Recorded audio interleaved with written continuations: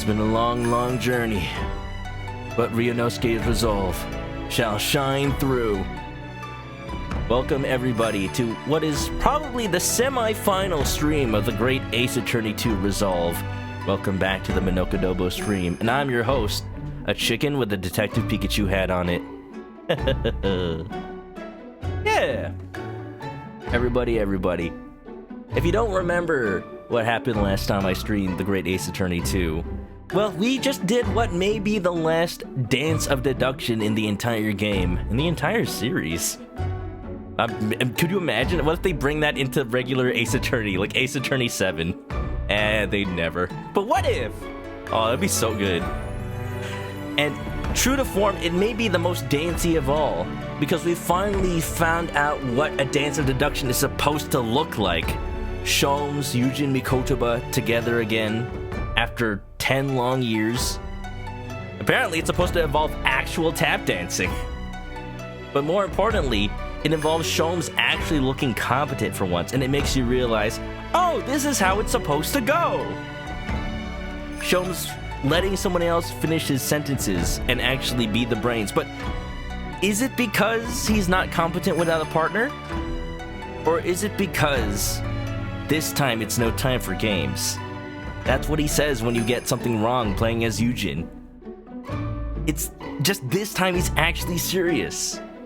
Which means Sherlock Sholmes has just been playing us for a damn fiddle in the entire 2 games. Every little reveal leads into more and more revelations about certain people's characters, and I just love it so much. This game series is freaking amazing. Yeah, and by the way, somebody actually, let me just get this up real quick. Somebody actually linked me to the mocap. I might have asked for that, I don't remember. That they did to record the Great Ace Attorney's tap dancing. And check this out. Check this out.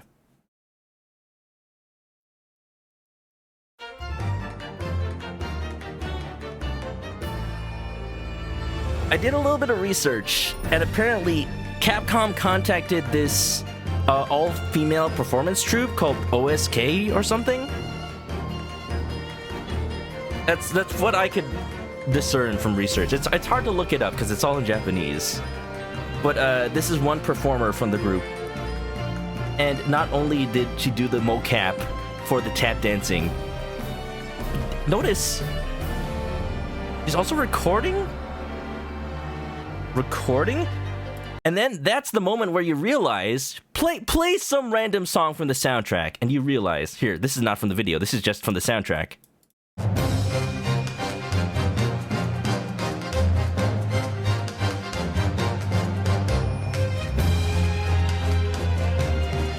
You realize that it has tap dancing as a backing instrument. It's been part of the soundtrack the whole time. Recorded since the first game. Capcom! How much budget did they have for these games? Why did they not think it was worth bringing it to the US? They already spent all that money. This is the most love I've seen the Ace Attorney series get, and I'm just livid. I'm livid that it took us this long to freaking get it. And you know what? I'm just really glad that we finally did. Yeah. And really quickly, while this triumphant music is playing, mocap, my beloved, I wanted to take one final look at the box art for the Great Ace Attorney 2. That's what I'm using for starting soon music right now. I specifically did not pay attention to the faces in the background because I knew there would be spoilers. Check it out. Technically not a spoiler, but we got Baroque Van Zieks' quote-unquote assistant. We got Courtney Seif behind her, check it out, facing away, Marie of Gory. Tobias Gregson under there, looking away because he doesn't survive. The box was foreshadowing it this whole time.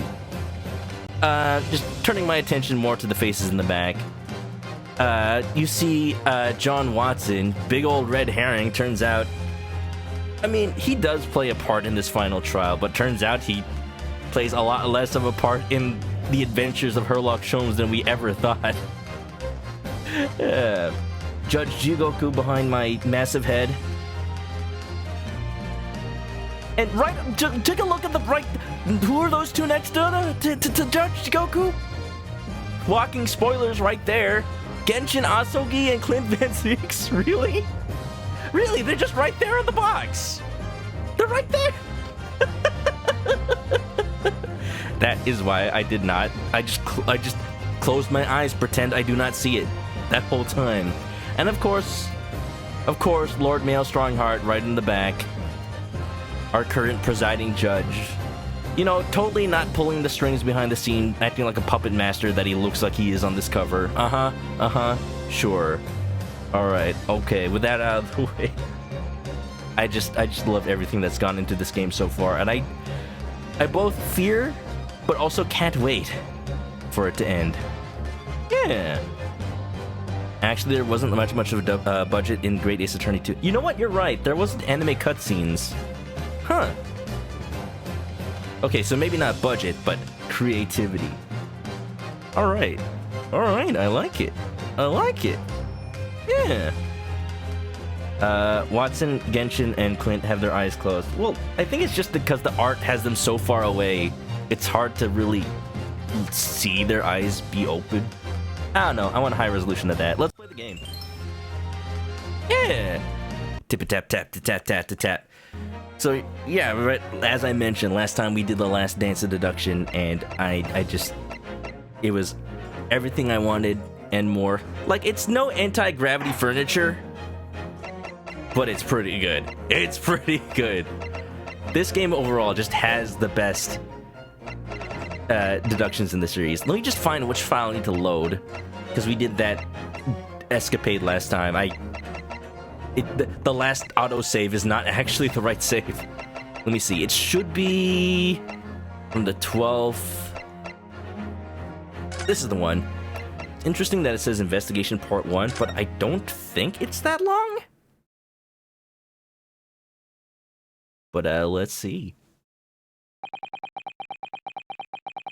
The unexpected halt of proceedings sent a clamor around the courtroom.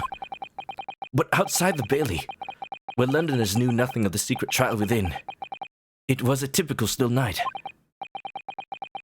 Then, at a little past 8 o'clock that evening, Mr. Sholmes and his partner returned to Baker Street. And apparently had a freaking feast. Sholmes, I thought you were broke. How did you afford this Thanksgiving spread? Look at that! Oh, you see, that's not actually a turkey. It's just a really fat chicken. Uh-oh. I'm in danger.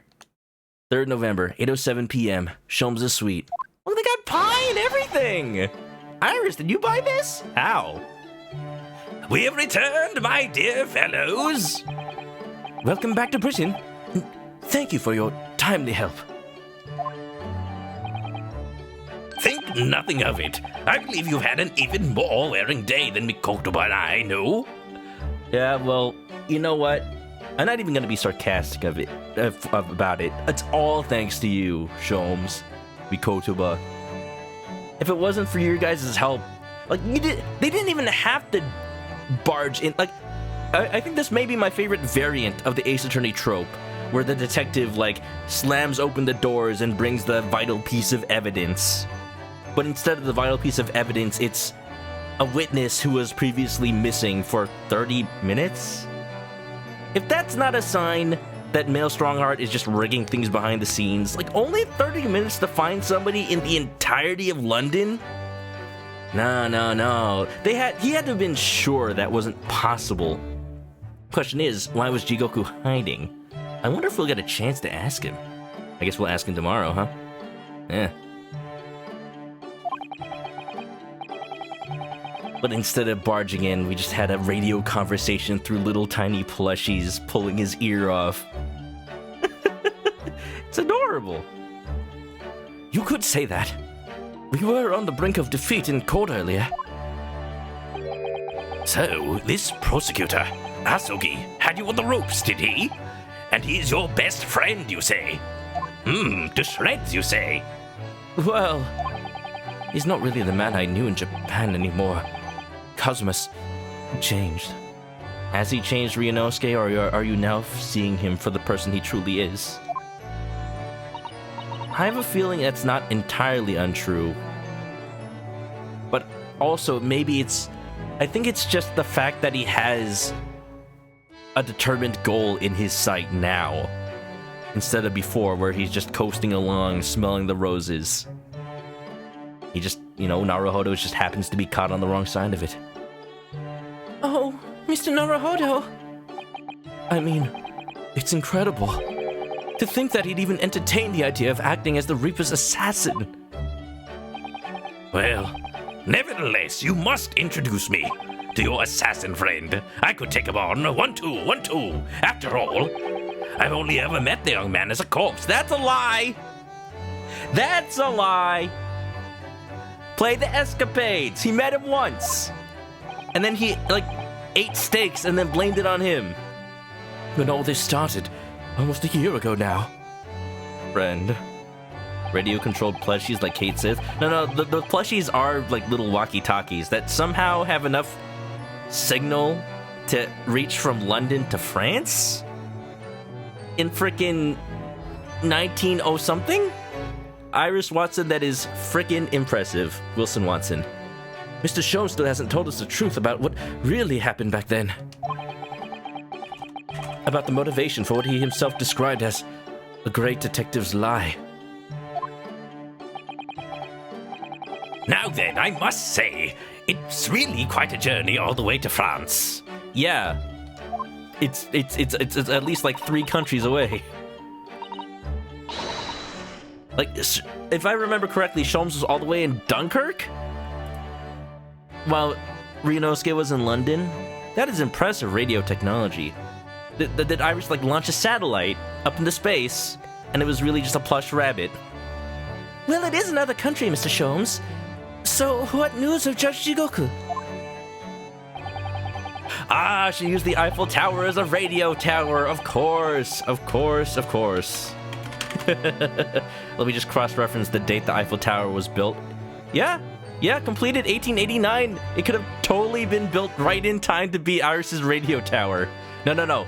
Built when Iris was born, in order to serve her future inventor needs. It all lines up. Put it on the conspiracy theory board. Pepe Sylvia.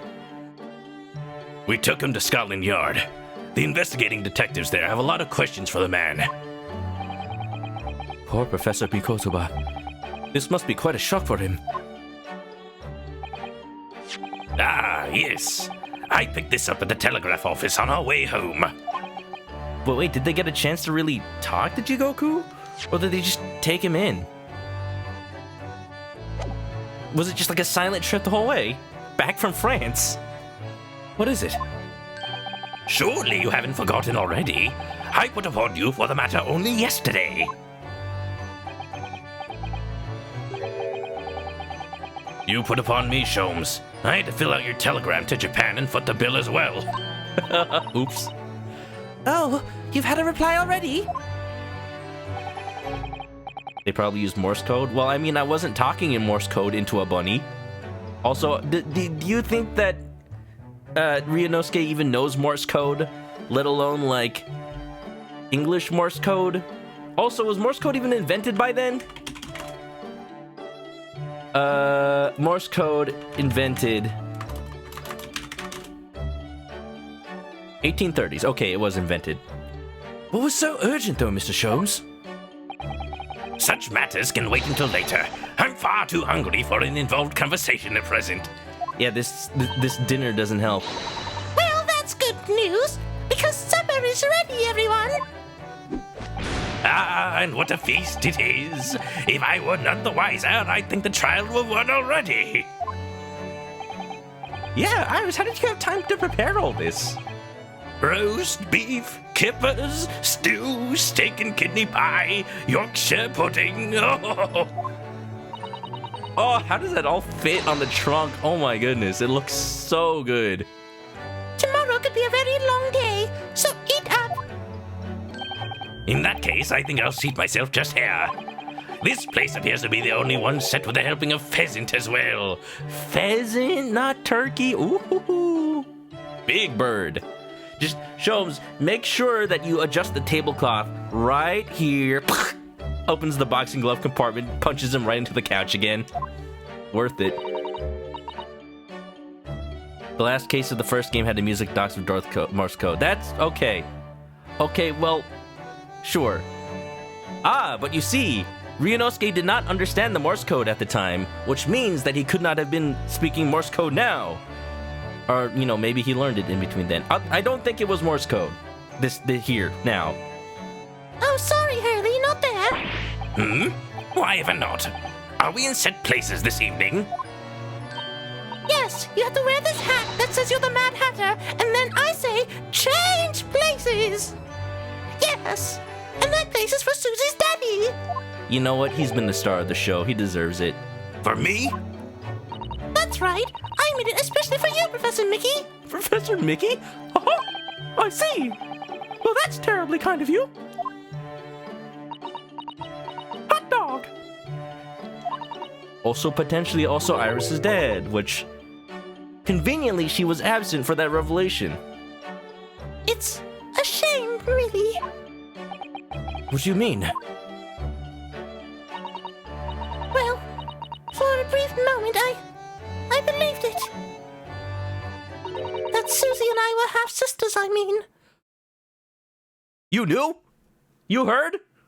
Wait, when did you hear that? Oh,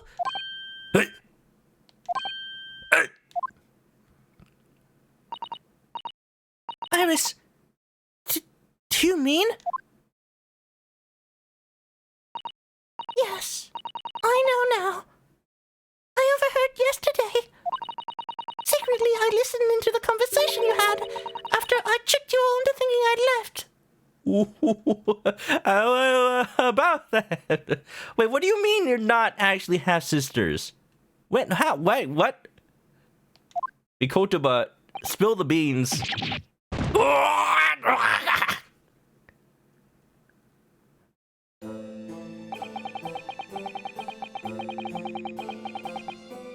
The misunderstanding arose because of that autopsy report from 10 years ago. But actually, it turned out that neither Dr. Wilson nor Professor Mikotoba are Iris' father. And who is?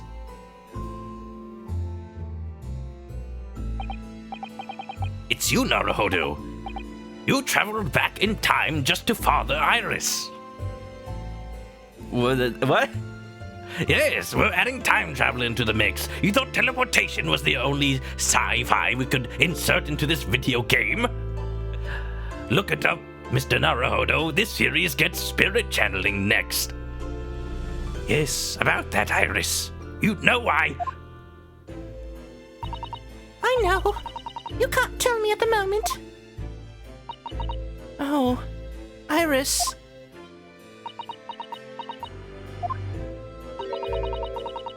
The pheasant is by way of an apology. I'm sorry for eavesdropping.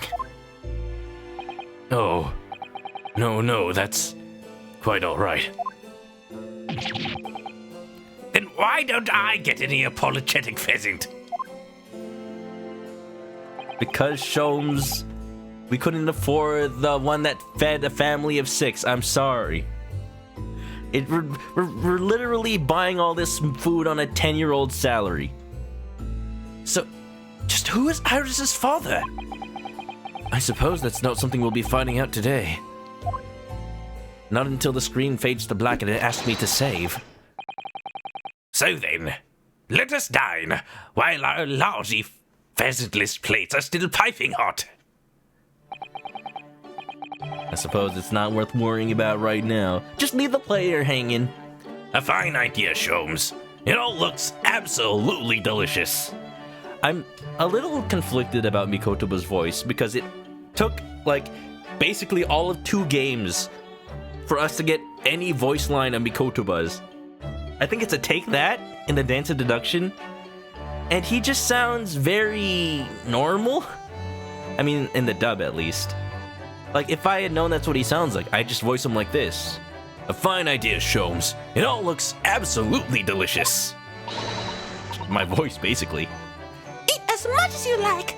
There are always seconds. On Hurley's tab.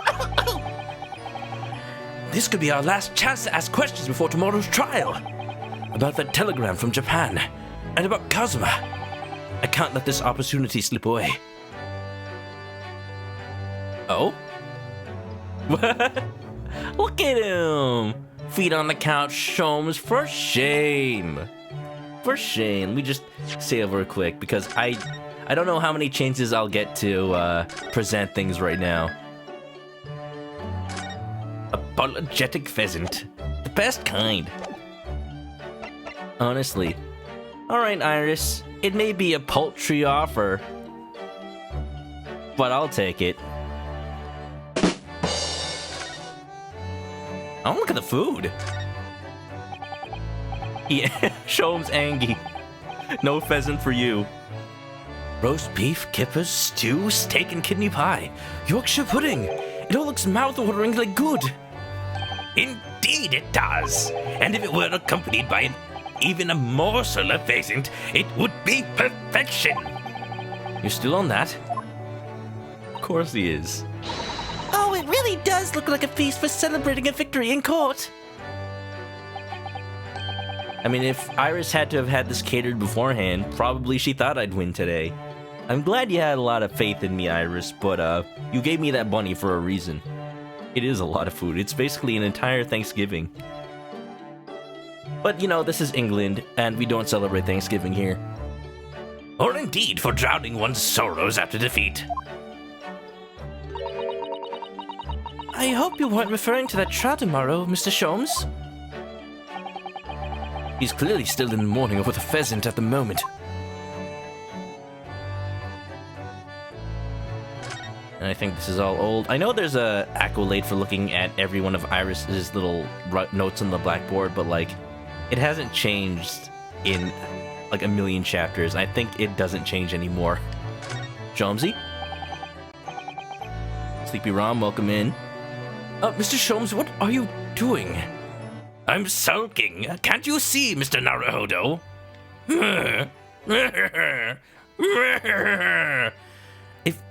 If it helps, Mr. Sholmes, I'll give you a slice of my pheasant. Would you? No. Surely it's abundantly clear that I wasn't brooding over Mikotoba's refusal to share his pheasant with me. Nevertheless, I mean, that's a lot of meat for one person. Mikotoba really gonna eat a whole ass pheasant? He really gonna eat a whole ass pheasant? Probably. I felt the need to withdraw from the social circle for a while and look on with hungry eyes. Also, Raviolin, how you doing? Sorry, Hurley, but I cooked that pheasant especially for Susie's daddy. And not my daddy. Even though I played the role of father to you for far longer. No puppy dog eyes here, Mr. Sholmes. Get your own meat. Go work at the Wax Figure Museum until you get enough allowance. Mr. Sholmes? Pheasants are small, right? No, pheasants are pretty big. Pheasant. I mean, I'm just thinking of the Pokemon Unpheasant. Let's see.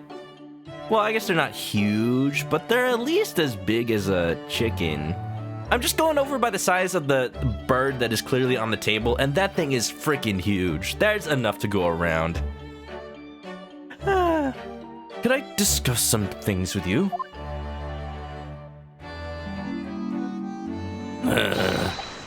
Certainly, my dear fellow. I find myself quite in the mood for a spell of conversation. No doubt you're hungry to learn more of my deep love of game. I can probably contain my curiosity on that one. All he can think about. Man! Off the boat, out of France, and all of a sudden back to his old self. You needn't look at me in that fashion. In what fashion? Gothic chic. Put on that DLC costume. It seems that before we discuss the pheasant, we have some rather unpheasant matters to discuss. That's Pokemon.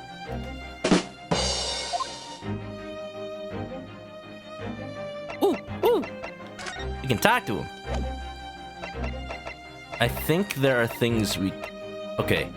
I'm going to save here, and I'm gonna guess that the game continues when I say both of these topics, but this might be my last chance to actually like show him things and get flavor dialogue. So of course, have you seen my badge? I mean Cosmo's badge? There's a small Thanksgiving celebration in the UK in Plymouth, Devonshire. Oh, is it just because they're named Plymouth? I mean, pretty good. Yeah. All the relatives of the Mayflower. That's pretty cool, actually. I like that they have, you know, reason to celebrate, even though it's not traditionally a holiday. Even if it's not traditionally a holiday for that country. Mr. Schultz, do you mind looking at this? This is hardly the time, Mr. Naruhodo, as I'm sure you will appreciate. Oh, no, of course not. Not time for my badge? Poppycock! My attention is entirely drawn to one single matter now. The pheasant! Anyone would think you haven't eaten in weeks. Drop the league out on him? Okay, sure. I mean, how many times have I presented it? Not since, like, last case, technically. Mr. Schultz, do you mind looking at this? Nope, still not the time. No time for games? Yeah, actually, let me just... Yeah, here's the pheasant. Like, take a look at this. It is huge. I don't see any other bird on here. And they didn't mention any bird in the spread, so this has to be the pheasant. That thing's bigger than a pie. So, you know, assuming the pie is like 12 inches diameter, this has got to be like... I don't know, like 14 inches diameter. Modeling the bird as a sphere, because it is not just a bird, it is a borb. That's a pretty big pheasant. Could feed an entire family. Maybe it's just hollow. I have an idea. Maybe... Ooh, let's look at that thing that they picked up in the SS Grouse. You see these little things all over the place, don't you? It's the part on top of a pocket watch that you twist to set the time, isn't it? Hey! Thank you to the lovely member of chat who pointed that out last time I streamed. It's called the crown, I believe. A watch would be quite useless without one. Certainly looks like a crown. A crown?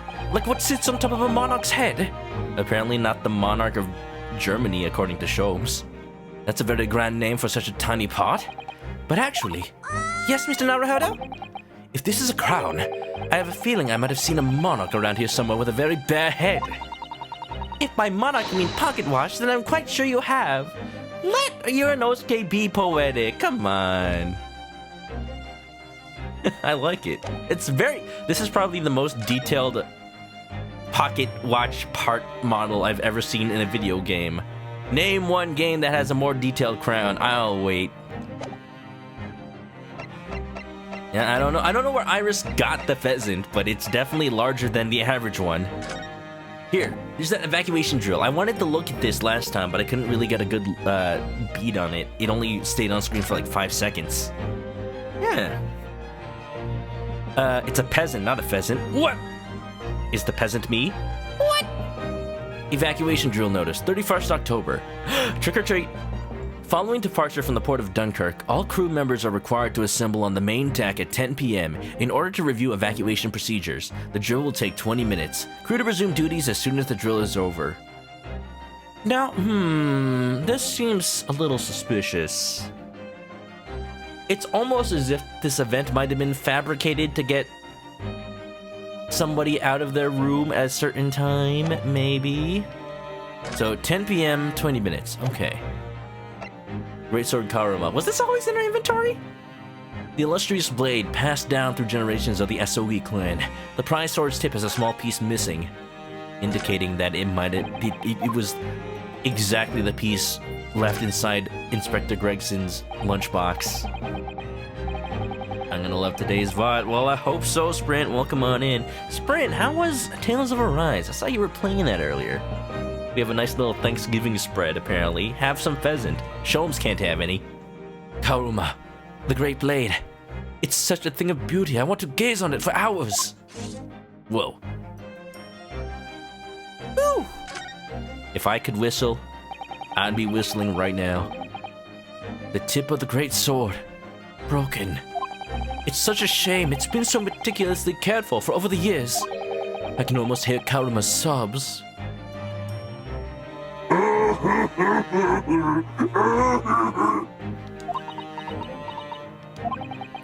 Kazuma must really have taken a swing for that to happen. Poor sword. Why do I feel bad for the sword? A lucky charm. It's magically delicious and helped us in the last part of the trial. Can't examine it, it looks like. No, wait. Nope, I've already examined it. Let's see what happens if I present this. Do you mind looking at this? Nope. I felt bad for the sword because it's Kazuma's soul.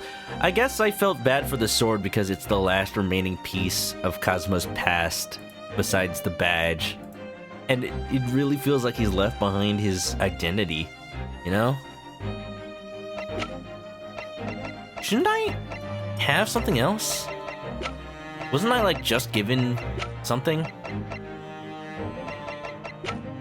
Maybe I'll talk to Sholmes and he'll give it to me. The telegram from Japan. Why did I say it like that? Japan. So what was in that telegram you received back from Japan then? Ah, this? I thank my lucky stars it arrived in time. Record found as indicated. Duplicate follows. K. Asogi. A. Shin. T. Gregson. J. Wilson. It's a copy of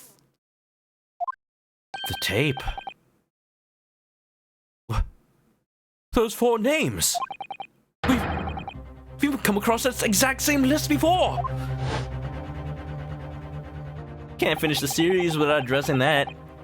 They came up in that unforgettable case last spring. I already forgot. Yo, I meant to talk about that. Oh, sorry.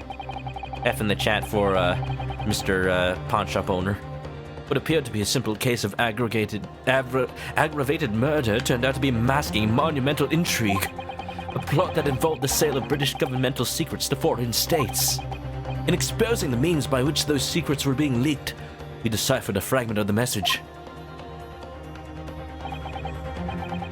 K. Asogi, A. Sheen, T. Gregson, J. Wilson. But we didn't find the names out until the case was over, and we never did get to the bottom of what they meant. All we knew was that the information had been sent by somebody in the British government to somebody in Japan.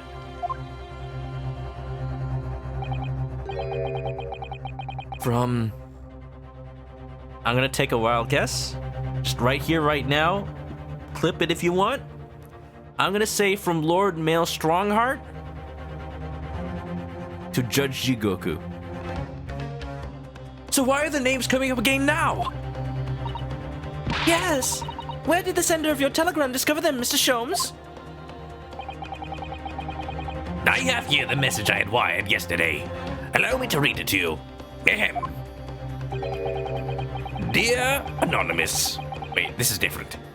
Enter Judge Jigoku's office undetected and investigate telegram records. Expect to find communication from Britain dated 1 year ago. List of 4 names. Need by tomorrow, Naruhodo.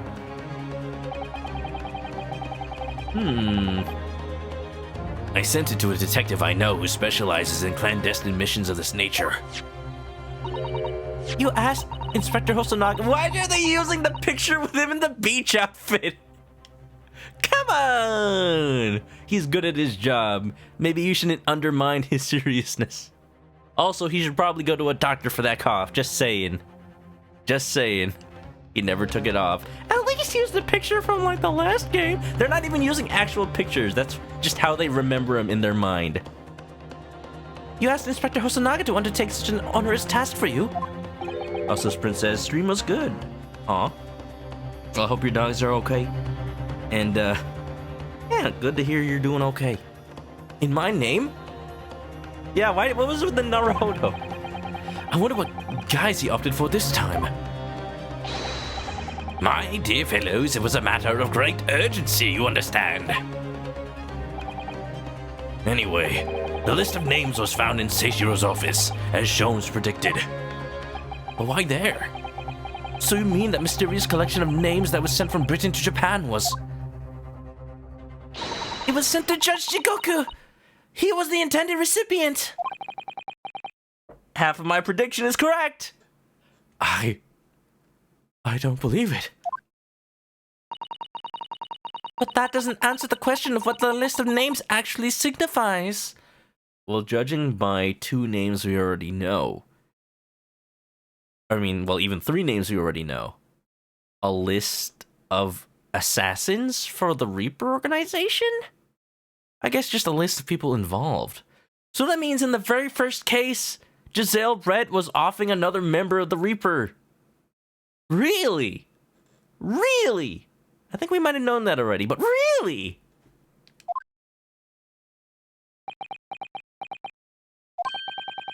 I did formulate a hypothesis about that. But without a shred of evidence, I couldn't possibly have shared it. Mr. Sholmes. Man sounding like a real detective, it's scary. Looks deadly serious for once. Exactly what I'm saying. Without Inspector Gregson, the gap must be filled. The telegram from Japan has been entered into the court record. Let me just, see what happens if I show that to him. Also, look at it. A telegram from Hosonaga in Japan with details of the telegram he managed to locate by stealing into Judge Jigoku's office. Record found as indicated duplicate follows. Okay, that's it.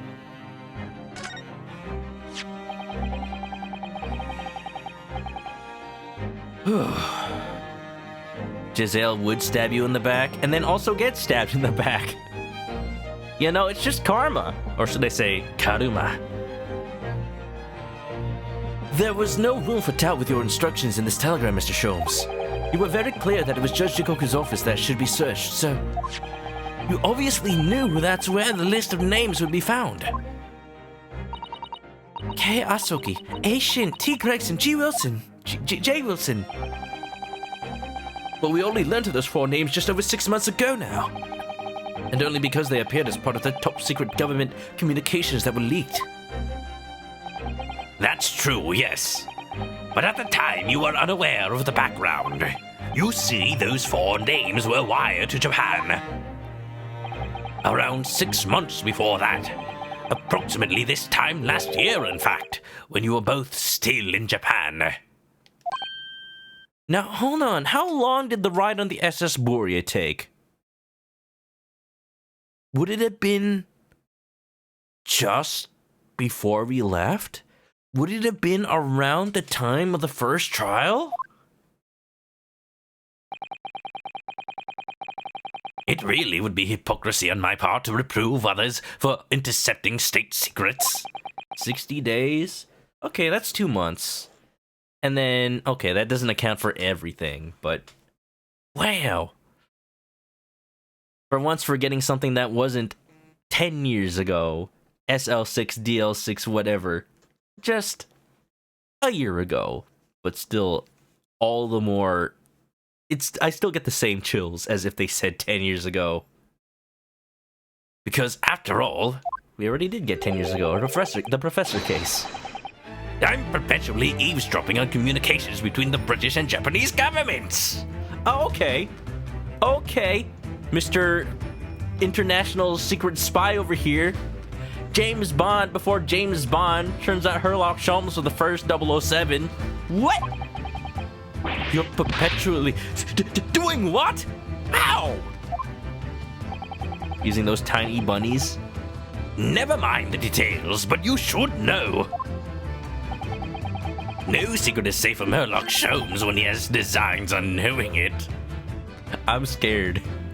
I'm scared of this man's true power he's been hiding from us for 2 entire games. You're reading about the Thanksgiving in Plymouth.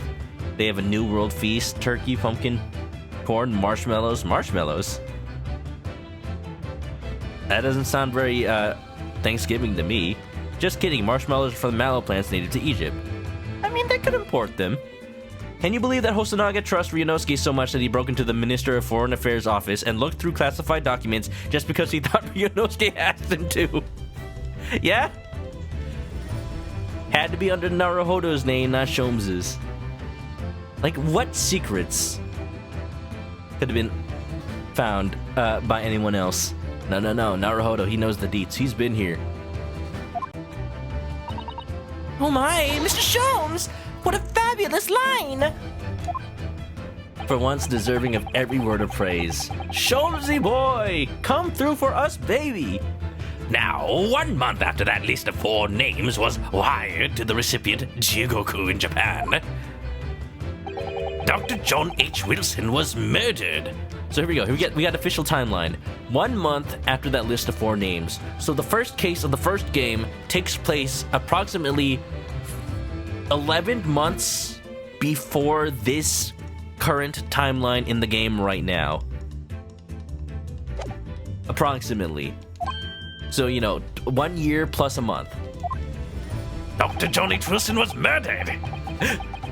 As soon as I learned of the incident, a hypothesis rapidly took shape in my mind. As it turns out, I was partly correct and hardly mistaken. Nevertheless, it was the beginning of all the tragic events that were to follow. Even Hosonaga is playing a part this much later. What's next? Soseki Natsume writes a book about it, revealing all the secrets of both countries. Mr. Sholmes, please, tell us all you know. Tell us all about these 4 names and the tragedy to which they're all somehow connected.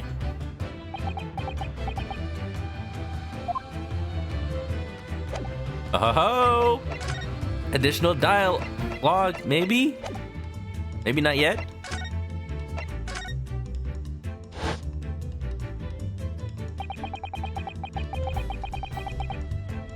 Yes. Everyone in Japan who Sholmes needs to spy on just bought another one of Iris's plushies. If the signal can go from France to London, who says it can't go from Japan? At that point, it's just going through the planet. Iris invented the internet before the internet. That tragedy we had to go through on the SS Buria, it was all for nothing. Kazuma wasn't dead at all. We were completely taken in by the lie you told us. Your great detective's lie. I took no pleasure in deceiving you. However, at the time, all that concerned me was preventing the young man's study tour from taking place, whatever the cost. Because you thought he might have been an assassin? What? I capitalized on the events that transpired to see that he was sent back to Japan. But instead, he made it to Hong Kong and then made it to London anyway. His remains, you mean? Precisely, Miss Susato. And then, I made sure that somebody else was sent to Britain in his stead. Me? Oh my, you mean? The arrangement between our 2 countries was already in place. 1 university student lawyer and 1 judicial assistant to be accommodated on a study tour. In other words, by arranging for someone else to fill their place originally intended for Mr. Asugi, I would successfully prevent the man from arriving on our shores for several years at least. Try 6 months. Good plan, good plan. Wait, do you mean to say that? It was all in the aid of stopping Kazuma coming to Britain? That's why you... Think back, Mr. Naruhodo. Was there not somebody who quite casually urged you to continue on the voyage to England? Oh, this is going to be odd. This is going to be odd because I played the other translation and now I'm flashing back to a translation I didn't play. Hosonaga. What was Hosonaga's voice? The terms of this study tour were negotiated by the Department of Justice in both Great Britain and Japan. In the light of Mr. Asogi's unfortunate death, I'm afraid the study tour can no longer go ahead.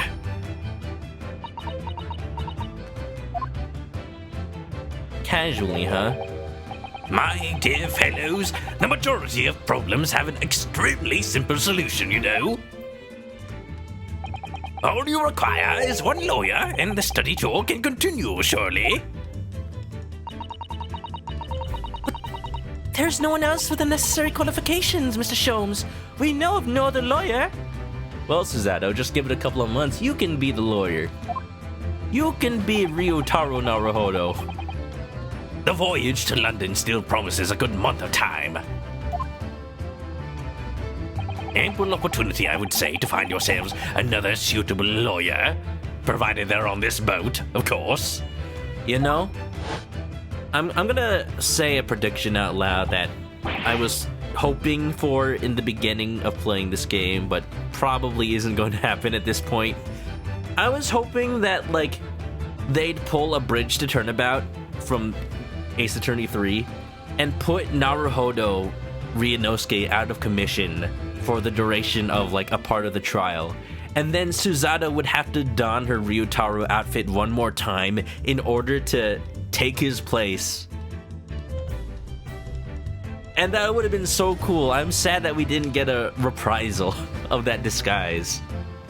She was so gallant and dashing. Also, you can kind of hear that tap dancing I was talking about in the music right now. So, you manipulated me? I've often remarked on the extraordinary lengths to which friendship will drive a man. I was quite sure that you would rise to the challenge for your late friend. And then this game never would have happened if not for that. Phoenix Wright Ace Attorney would have never happened if not for that, maybe. Think about it. Maybe whoever is Ryunosuke's future wife, like, he only meets because of, like, the way that he has a past in lawyering. Maybe he doesn't know her yet, but maybe, like, he continues law in Japan and then he meets a nice, like, prosecutor lady who they're like, oh my goodness, let's have a baby. I don't know. You never know. Imagine if they had more stories in this timeline. That'd be cool.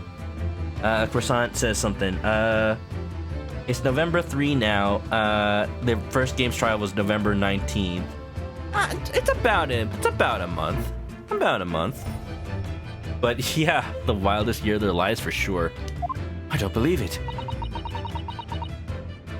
But if it all was contrived, I mean, what happened was treated by the authorities as murder. A woman was mistakenly arrested as the perpetrator. Oh yeah, her. I wonder what happened to her. What do you suppose became of her?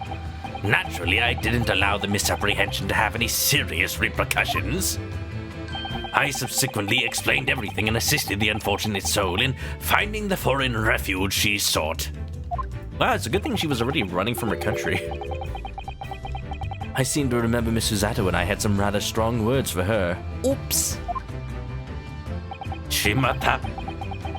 Well, she was certainly not devoid of all guilt. She deserved every word, I'm sure. I wonder if she made it to America then. I wonder if that's some other bloodline in the series we don't know about. I'm afraid I simply can't comprehend it. Why would you go to such lengths, Mr. Sholmes? Why were you so determined to stop Kazuma-sama from reaching Britain? Assassin, assassin, assassin, assassin. The truth is, 12 months ago, there was already a very tangible omen of the impending tragedy, you see. Oh!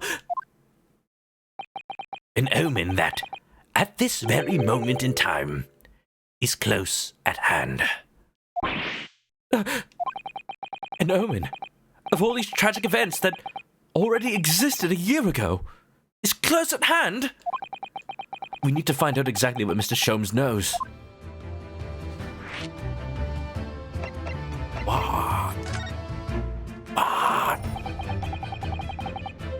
As I said, when I learned of Dr. Wilson's murder in Japan, my mind immediately turned to those 4 names, because you see, there was someone else on the list who I believe to be recently deceased.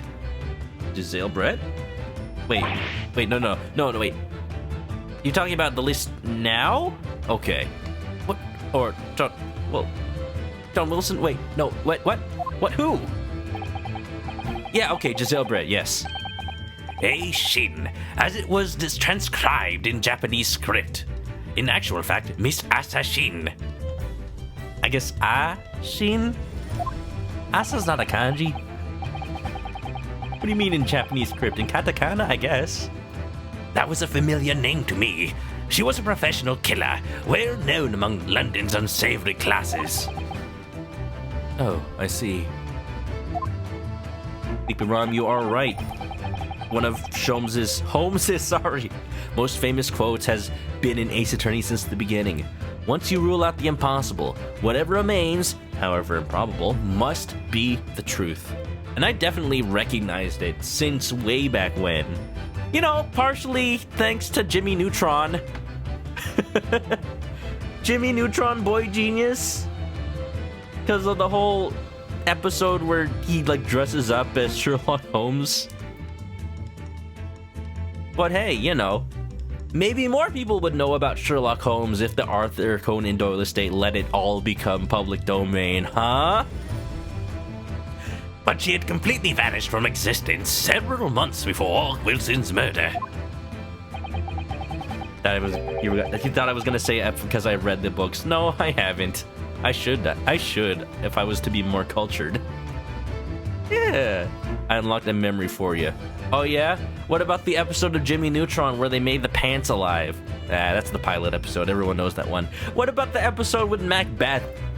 And Bobby Stroganovsky's just like, it was a tale told by an idiot, full of sound and fury, signifying nothing.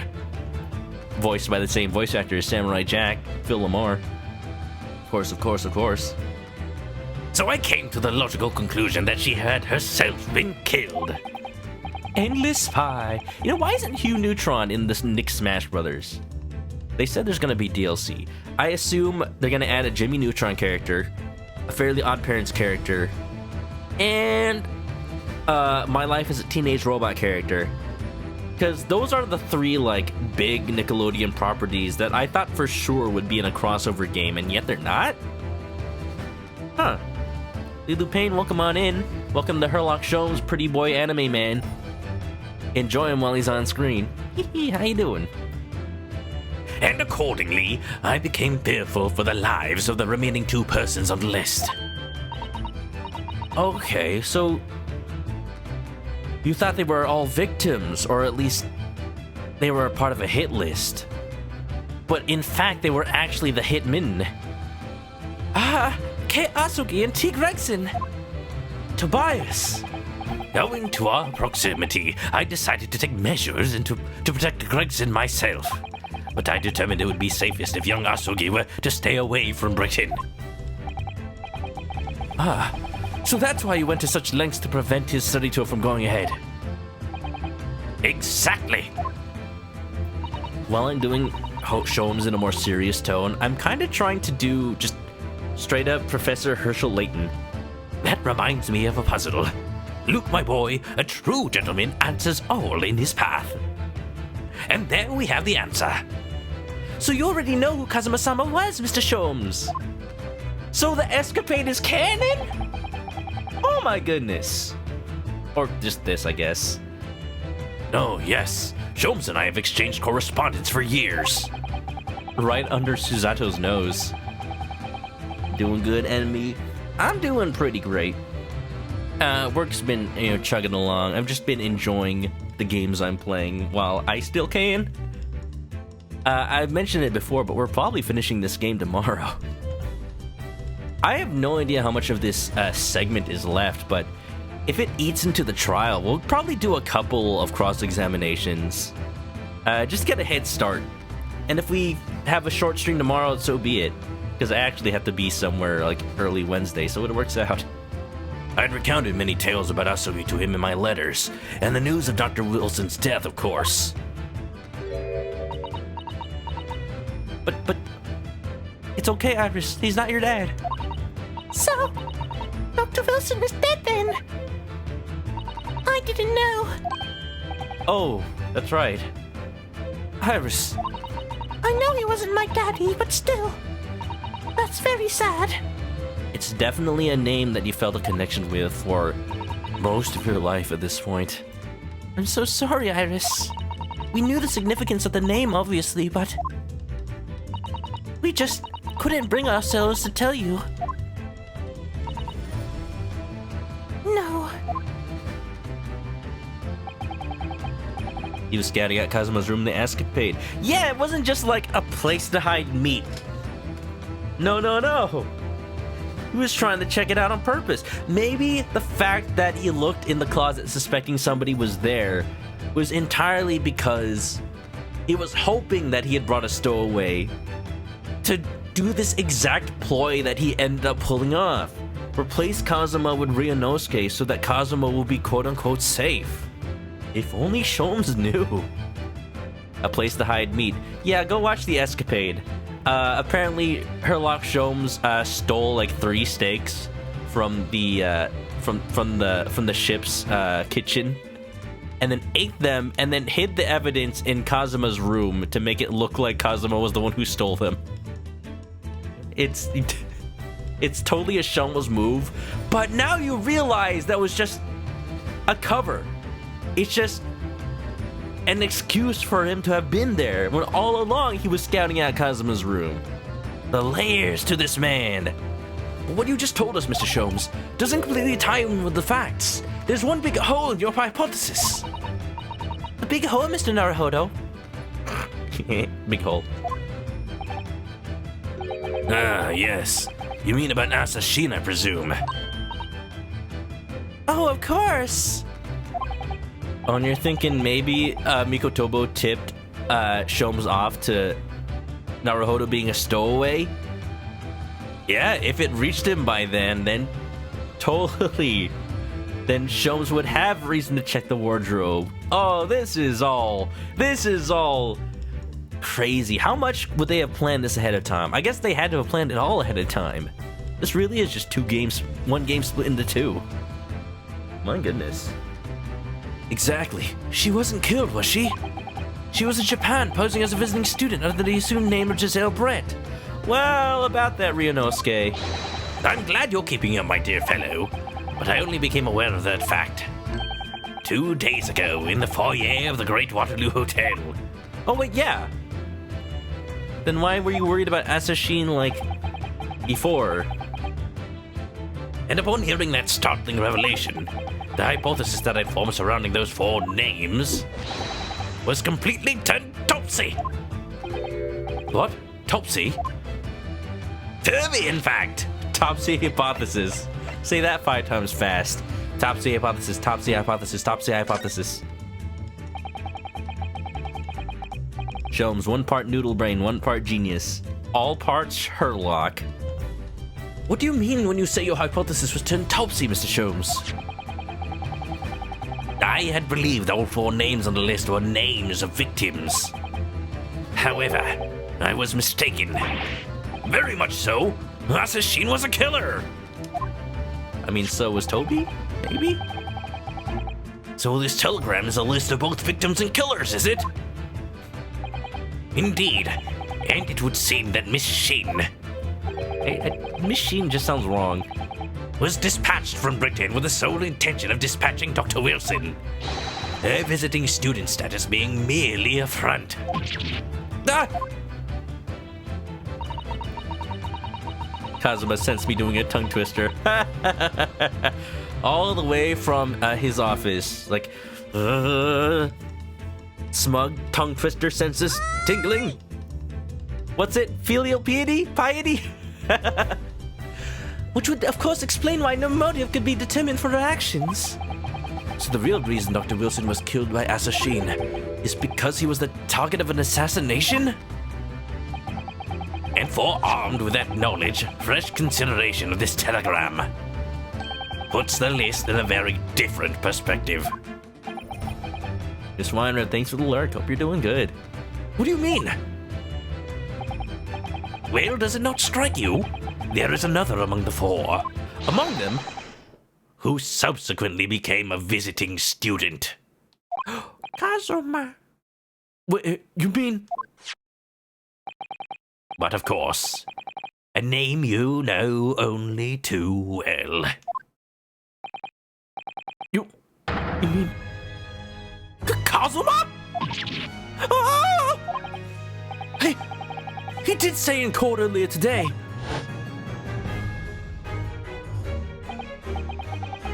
Yes, on 31st October, I accompanied Inspector Gregson to Dunkirk in order to carry out a mission. And the mission was? The assassination of the Mark.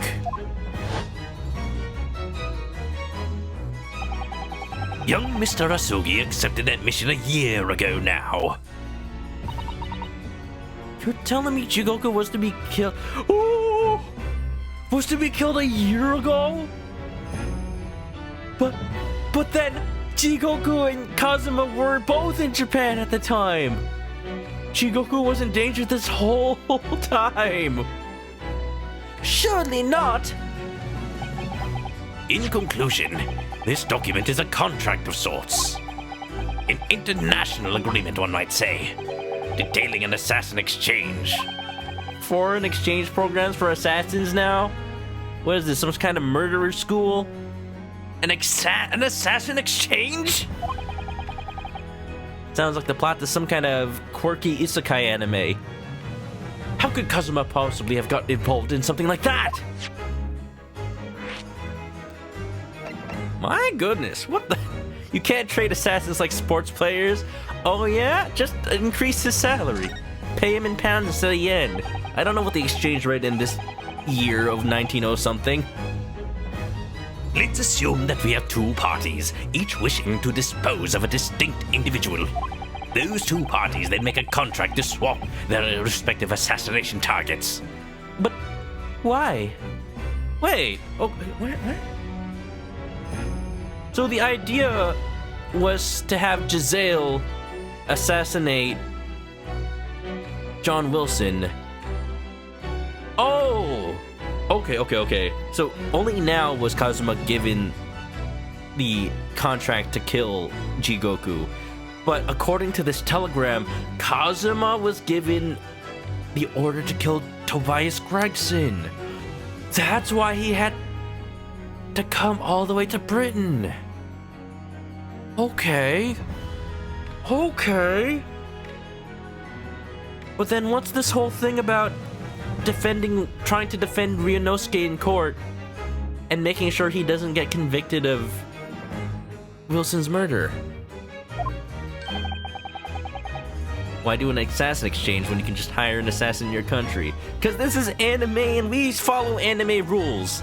The more complex it is, the harder it is for anybody to figure it out, but yet the heroes do it anyway. That would then be an assassin exchange. Assassination Exchange Classroom. I want to watch that anime. What's it on? Netflix? Crunchyroll? So to begin with, the British assassin is dispatched as a visiting student to Japan, where she kills her target. And then the Japanese assassin is dispatched as a visiting student to Britain in order to eliminate his target. So, if that was always the plan, you're right, that highlights how much of a good friend Kazuma is to Ryunosuke. That he would break his contract to defend his own friend because the blame happened to fall on him. Imagine if we didn't decide to eat there that day. Maybe that was on purpose. Kazuma wanted to eat at Le Carnival. Carnival? Le Quantos? Le Quantos. Carnival was the old name. Le Quantos that day because he needed to keep an eye on Giselle's target, making sure she kept her part of the bargain. What is this? Why is this all falling into place? How long ago did they plan this? All the time ago. I don't need to ask. It certainly does sound like an exchange, but what on earth is the point? Don't forget, Naruhodo, that the British assassin at least escaped conviction, thanks to diplomatic immunity afforded by consular jurisdiction. Oh good, I get to use this one again. Diplomatic immunity. Just been revoked. Oh, yes. Such jurisdiction should be null and void under the terms of the new treaty between our two countries. So the fact that it was brought into play suggests intervention at the very highest levels. Jigoku. The highest levels? The highest levels? These murders were two sides of the same coin, linked not by a common motive, but by contractual agreement. As such, they appeared utterly unrelated. Yet, in truth, the assassins were complicit in one singular devilish scheme. If it wasn't for frickin' Magnus McGundle McGilded and his secret tape, we might have never known. That disassociation and the safeguard of diplomatic immunity were, I believe, the motivation behind this plot. Diplomatic immunity. But wait a minute, Sholmes.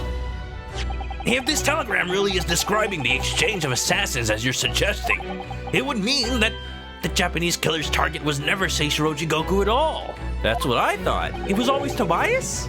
It would mean Asogi's target was actually Inspector Gregson. So he did actually carry out the assassination? What? Kazuma was here for Gregson? So Judge Jigoku wasn't actually the mock? Yes, that's exactly what it would mean. Oh, Greggy. I hold myself personally responsible for failing to keep the inspector safe. Mr. Sholmes? I told him of my fears and implored him to seek a transfer to an overseas position. He was gonna go to France.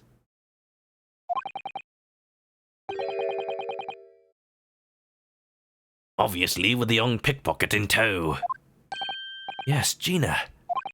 Come to think of it, Inspector Gregson did mention that to us at the Great Exhibition. That he'd be transferring to the Paris police and taking Gina with him. If only he had transferred sooner. But without informing me, he engaged in one last assignment, it seems.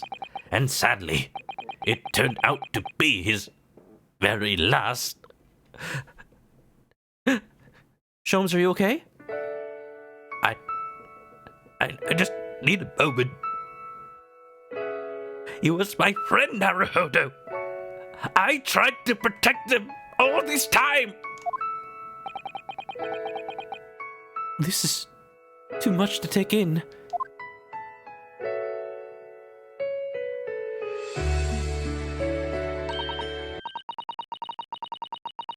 All right, everyone. That's quite enough of all that serious talk for one day. Isn't it early? I mean, look at the time. Oh, you know what, Iris? You're right. You're right. You've said what needs to be said. Now we have an idea of how the plan played out. I think I know what took place on the SS Grouse on October 31st. I just need to piece it all together in court tomorrow. And we have plenty of time to start it. Ah, quite right, Iris. We must conclude our preparations for tomorrow. What preparations? Always time for some tea. Question for chat, what's your favorite tea? I personally like oolong tea or a nice barley tea. It tastes like rice. Delicious. Well, I think I shall make my way back to my hotel room now. Sencha. Ooh, that's a good answer. I think I have some sencha in the pantry. This has certainly been a night to remember. It really has. It is a little bit sad, though. I thought you were my dad. Awkward. I mean, I like the idea of you being my daddy. Context, please. Because then, Susie would have been my big sister. I could learn Japanese. She could be my... What do you call it? One-san? Is that big brother or big sister? I don't know. I can learn. I'm sorry, Iris. We'll teach you Japanese another time. Aww. I know, Iris. I was thinking quite the same thing. Think it's brother. I think that's Oni-san, but One-san is sister. Were you? I know it's hard to tell with the accent I gave Iris. But if somebody like me would be worthy, I would be delighted to become your sister. What? Really? Oh yes, without question. Quick. All we have to do is have Herlock Sholmes marry Mikotoba, and then they could just be Susato and Iris's two dads, and it would be just one big happy family. They already just had Thanksgiving. I love it. Sorry if that was loud. So you teach me all the ways you know to throw Runo to the floor. Now wait, hold on, wait a minute. Yes, of course. It would be my pleasure. You didn't have to agree quite so readily. Oh, family. Oh, you have an objection to that? Family! No objections here. Just adopt random people as your siblings. I mean, legally you can, right? Just legally adopt them. And I actually don't know what the laws are if you have to be like their guardian. But I'm sure you could just you could fill out some forms to just adopt as a sibling instead. Oh, but wait a minute. If Susie's going to be my big sister, you could be my big brother if you want, Runo. Huh? I mean, yes, of course. If you'll have me, I'll gladly be your brother. Aw, you can't say no. But then that means Susato and Ryunosuke aren't siblings and they have to adopt each other too.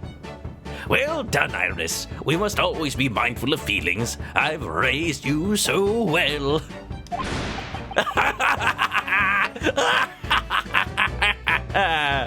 Showman's dad, best dad. Yeah. Croissant likes black tea. Ooh, you know, that's the kind of tea they use in milk tea. Pretty good. Because being sensitive is your strong suit, naturally. Original Sherlock was not really mindful of feelings. Well, there you go. He's accurate. Right, I'm going to work extra hard for tomorrow now, because it's for my big brother and sister. What is all this talk about preparing for tomorrow? Preparing what? My doomsday device. You'll just have to wait and see. Oh. I'm excited. Oh. Good luck in court tomorrow. I'm expecting a sterling performance. I'll do my very best, of course. I'll do my best. Andros won't have his way with me. Why does he axe kick the desk? That's how the prosecutor of this game, Baroque Van Zeeks, slams his desk. Not always how he does it, but he did it so many times in the first game. I thought it would return gloriously in this one, but he only does it once in this game as a prosecutor, and then he does it once as a witness. And that's it. But you know what? That's actually perfect. They didn't need to overuse it. That was last game's thing. This game, it's Cosmo's time to shine. When something is extra objectionable. There you go. So the overnight break in the trial's proceedings became a crucial turning point. I need the gif of Cosmo dodging the wine. I need to go grab that from my stream VOD. There's not really gifs of that on the internet right now. Exposing new truths while posing new conundrums. That list of 4 names on the telegram in Judge Jigoku's office.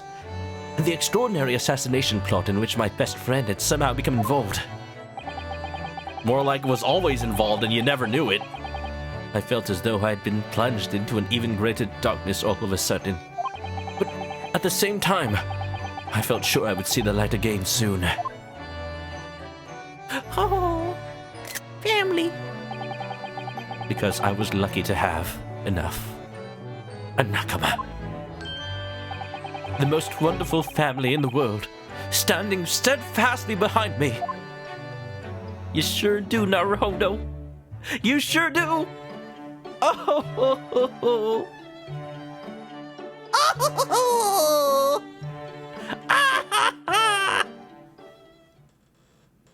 Emotional roller coaster has only yet reached another plateau. I'm ready for it to plunge directly into the roller coaster dip and loop-de-loop, and I don't know where this metaphor is going. Let's continue, shall we? Yeah, no, it's only been an hour and a half on stream. I'm continuing. From what I can tell, we're actually pretty close to the end, but I will find a good place to stop after going through a bit of the trial today. So let's start it. Let us not delay.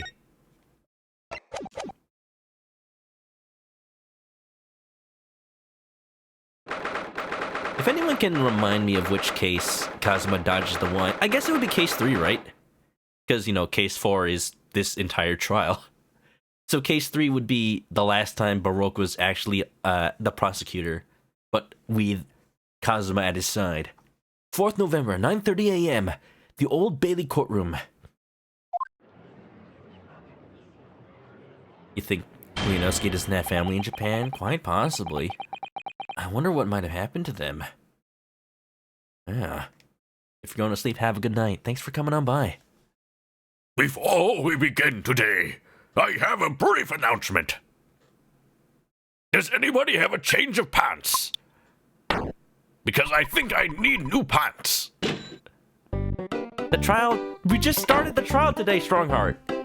Yes, but you just surprised me so much at the end of the last one. I'm still reeling from the fact that you were able to find Jigoku in 30 minutes. As with the closed trial 10 years ago, some astonishing facts have come to light in these proceedings. The revelation that the well-known Reaper is actually an organization illegally executing its own brand of justice, and the discovery that a respected yard inspector was at its heart until he himself perished in an assassination plot.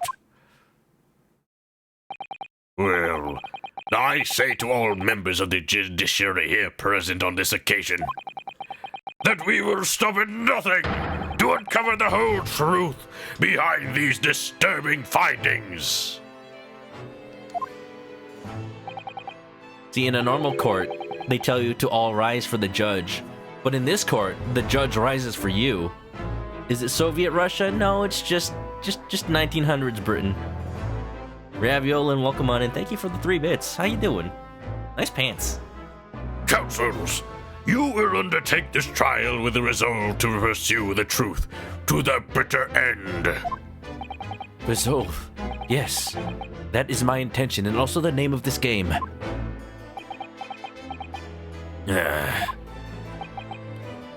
My lord, if I may inquire.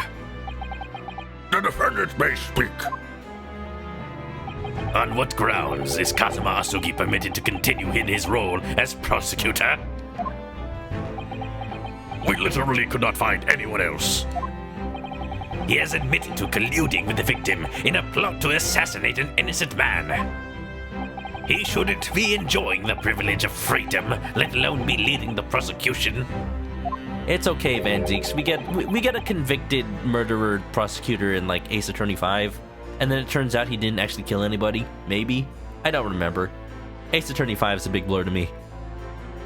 I submitted a written petition to Lord Strongheart, requesting that judgment of my transgressions be delayed by 1 day. You did what? In today's proceedings, I intend to expose everything. My whole life, for the last 10 years, has all been leading up to this one day. Kazuma! Whatever the outcome of this trial, I give my word that I will accept whatever punishment is deemed appropriate, however severe. And I suggest you prepare yourself for the same, Reaper!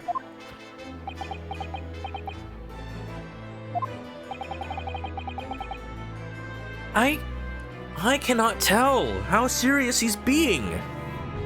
Because yeah, that's been his goal for the last 10 years. But he knows.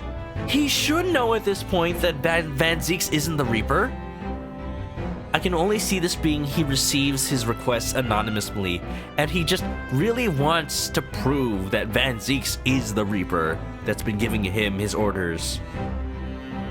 But then really it's been Toby this whole time. What? I'm not gonna say anything else.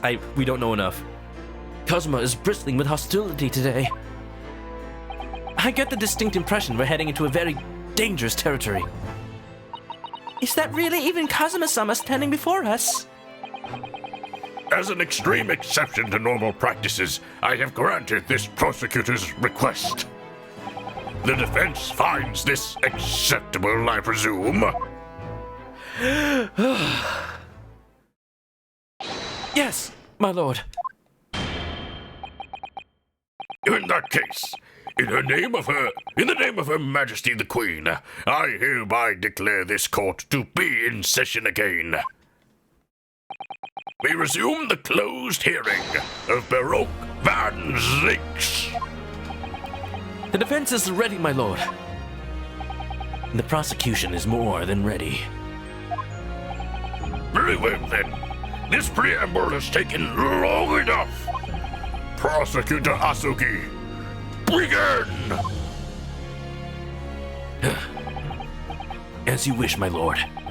The prosecution calls the first witness to the stand. Bring Seishiro Jigoku into the courtroom.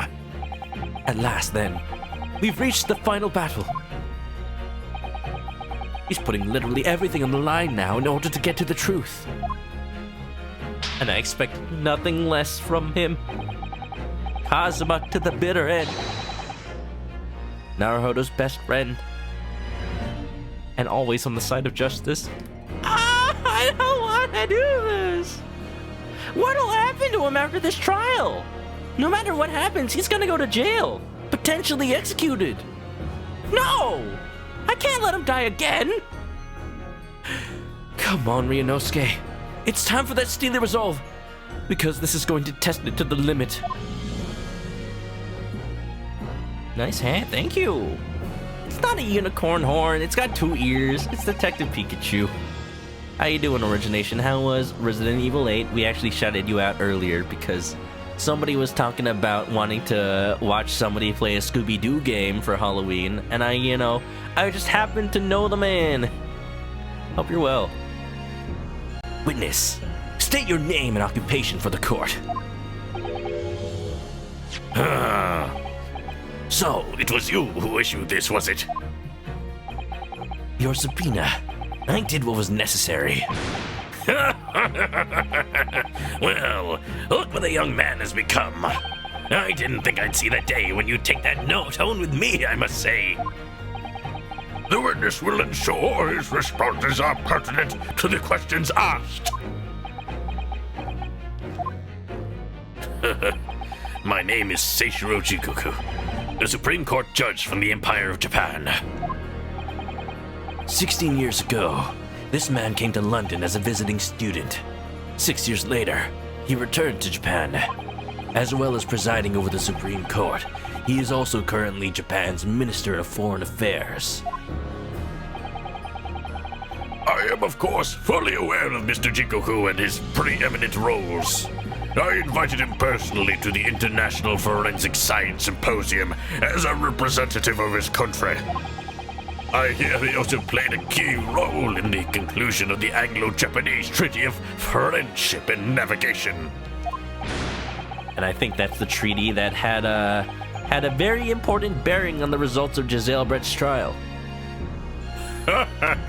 It was a great honor to be involved in the negotiations. I put my own to that treaty. This is Jigoku's voice now. It has to be distinct from everybody else's. Judge Jigoku, I must ask. Well, I never.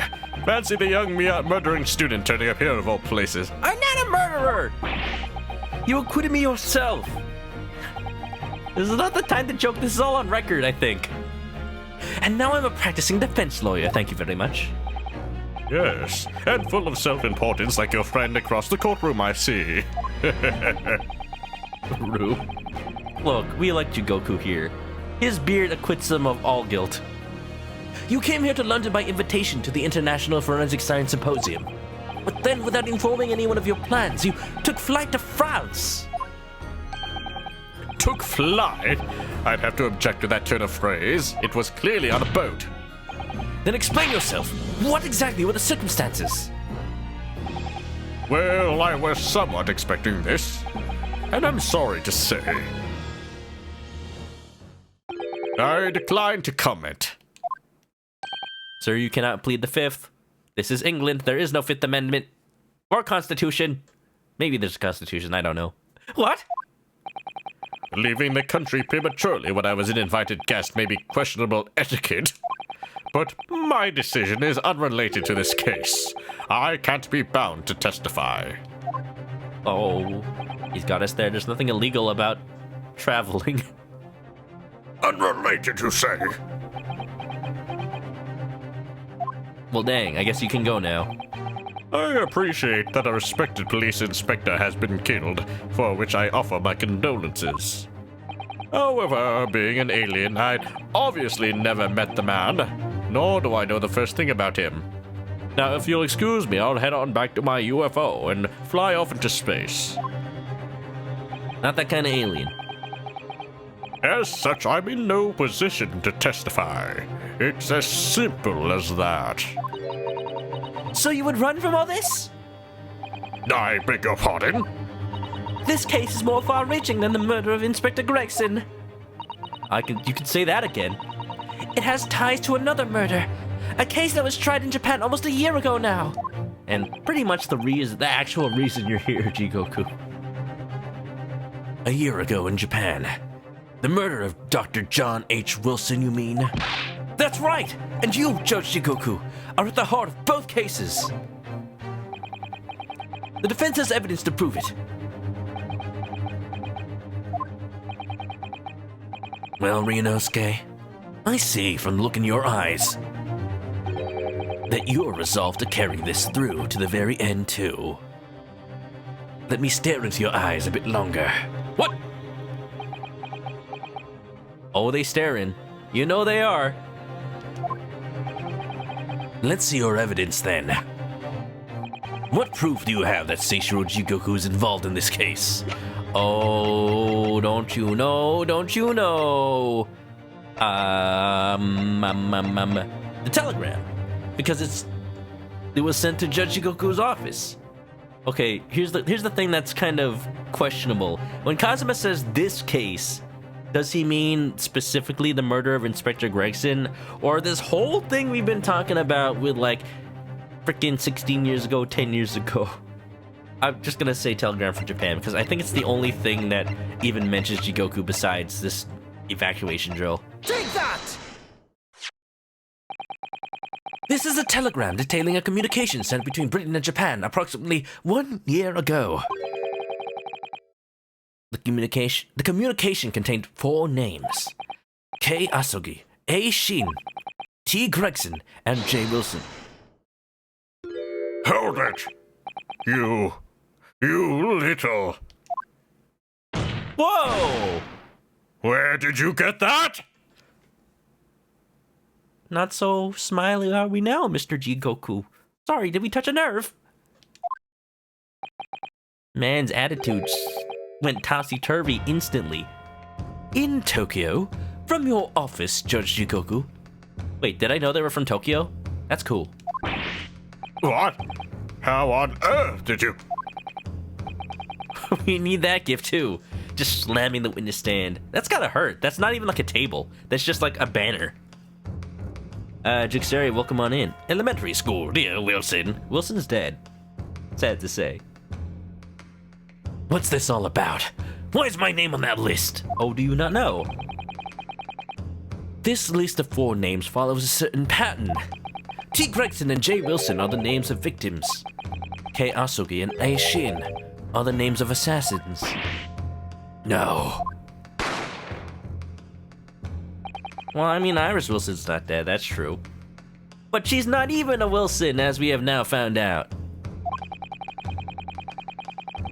A year ago in Tokyo, Dr. John H. Wilson's life was taken in a Western-style restaurant in the capital.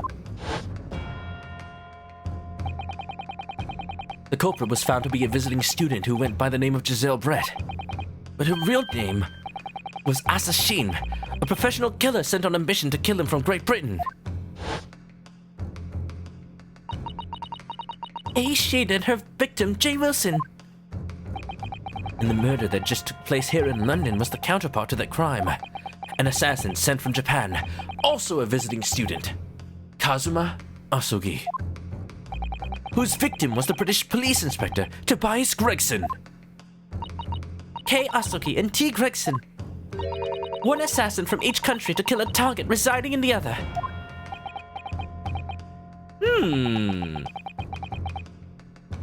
What exactly is the defense suggesting? Well, I'm suggesting that Strongheart already knows about all this because he's the one who probably sent that telegram. I'm thinking this is Strongheart's attempt to weasel out what we think we know about this telegram and the case so that he can come up with explanations to refute it. These two cases of murder, one that took place in Britain and one in Japan, were masterminded by a pair of individuals from each country as a form of assassin exchange. You know, that sounds silly when you say it out loud like that. And the telegram the defense has acquired is proof of this international contract to kill. That's a lot to glean from one telegram, though. What? The telegram was found in your office, Judge Jigoku. In other words, the mastermind in Japan was you!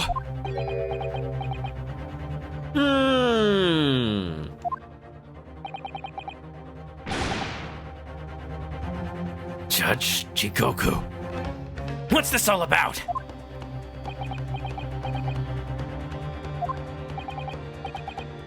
And you, Kazuma. You lied! During yesterday's proceedings, you acknowledged that you'd accepted the assassination mission. But the mark wasn't Judge Jigoku at all. It was T. Gregson, Detective Inspector of Scotland Yard. As shown by the name on this killing contract! Very impressive, Ryunosuke. Oh, you're just gonna confirm it. Okay, you're just gonna admit you lied in court. Can we get a penalty of perjury on the prosecutor? Of course not, because the judge is in on it. This is a kangaroo court. But actually, I didn't lie.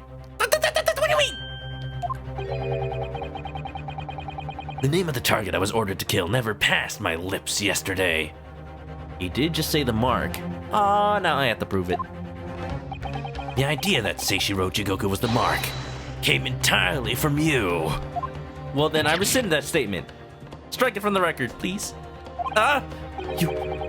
Who deliberately avoided saying a name? Really?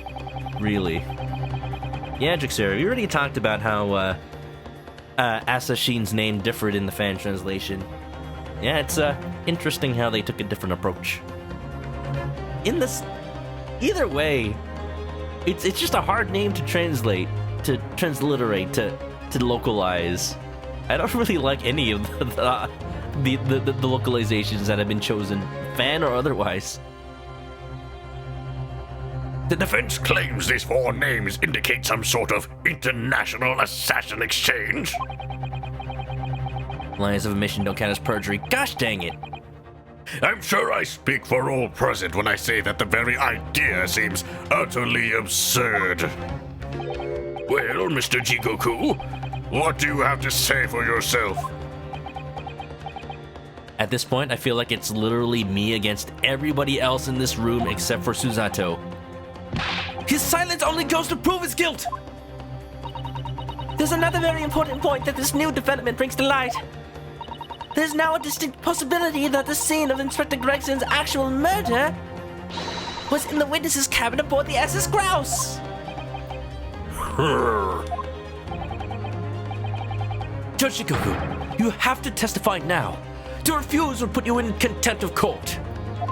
Of course, the judge wouldn't say it out loud. But he can't say I'm wrong. There's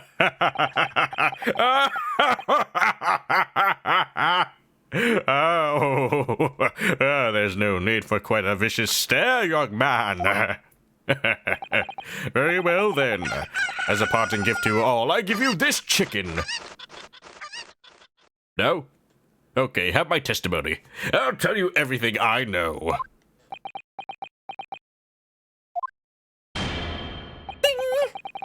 Still waiting for that cane to snap in half. It seems this Japanese gentleman has information that the court must hear about the alleged assassin exchange and the events of the night of the 31st October, All Hallows Eve.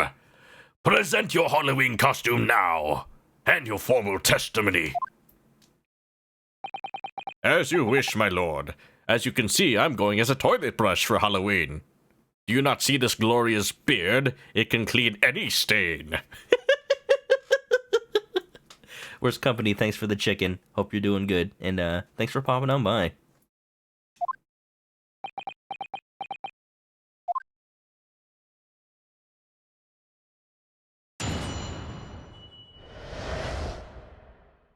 I feel very bad for likening Jigoku's beard to a toilet brush. I love his beard.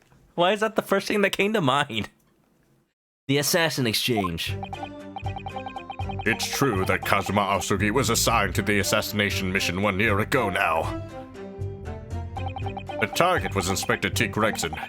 That was a condition of the British study tour. How do you know this? Wait, what? You're admitting it? However, in the end, something happened that meant the young man was unable to carry out his mission. On the evening in question, a member of the crew was on duty outside my cabin at all times. If there'd been a shot fired, the crewmen would have heard it. So clearly I can't be involved. Well, there's a question of what time. Because if it was at 10 p.m., there's a window of opportunity. He can be the Mr. Clean mascot. Nah, that role's already filled by Homer Simpson. Remember that commercial? So you admit it then. As this communication suggests, there really was an assassination exchange agreement between Britain and Japan. A political endeavor at the highest levels. Not something I can discuss here. To use such a worthy practice as foreign study to coerce someone to commit murder. It's the most appalling thing I've ever heard. You did not. Show him that sass, girl. You go, Susato. Appalling? Well, it's easy to judge. No, you're the judge. Pardon? Asugi had a reason for taking his sword to that British inspector you know. What? Which is why he accepted the mission in the first place. Isn't that right, Counsel?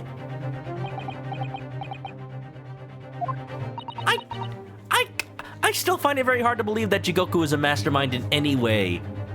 No, it has to be Male Strongheart. Wait a minute. Is he really turning out to be evil? Is Mr. Jigoku... I like Jigoku, though. Is he really turning out to be frickin'...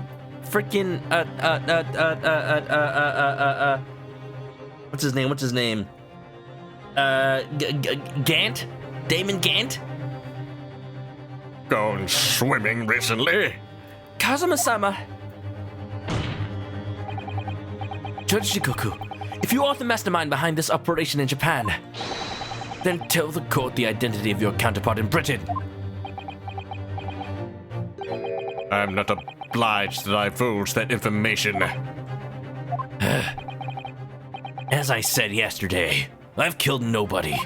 I freely admit that I accepted the mission, but on the night the plan was to be executed, I backed out. In short, this assassin exchange that the defense has identified is unrelated to the events of this case. The crucial point is this. Your police inspector can't have perished aboard that steamship in Dunkirk. Because if he'd been shot in the cabin, it's inconceivable that a member of the crew wouldn't have heard it. That's right. Gregson was killed after returning to London, in the room on Fresno Street. You still on about that?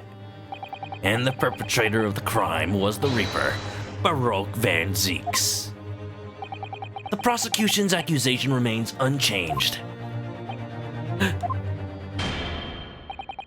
To think that a seemingly innocent foreign exchange program was a facade for such Machiavellian dealings. Machiavellian! Clearly, it's a plot only a government minister and high-ranking judge such as the witness could hope to execute. Well, I seem to recall that it was someone on the British side who controlled everything. Hey. I think that's Jigoku trying to hint at the secret. But he doesn't want to say it out loud. Be that as it may, it is not the place of this court to pursue this villainous assassin exchange plot. We are concerned only with the tangible events pertaining to the murder of Inspector Gregson. Implying... Is the defense clear on that point, counsel?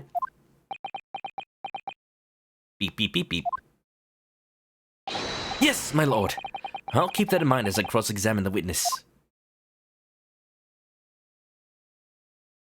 Now, as you know, I will press each and every statement, as long as there's no Francisca von Karma to whippity-whip trip me into not pressing when I don't have to. The assassin exchange.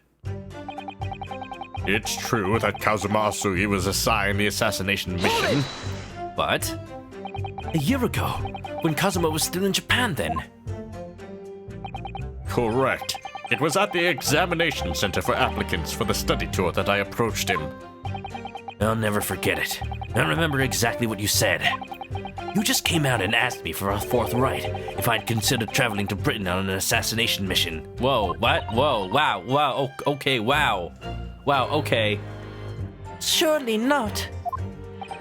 What is this John Wick, like, how deep does it go underground assassination ring? What, give everybody a gold coin and they'll take you to the underground bunker? You're an assassin? Jigoku's part of the assassination plot?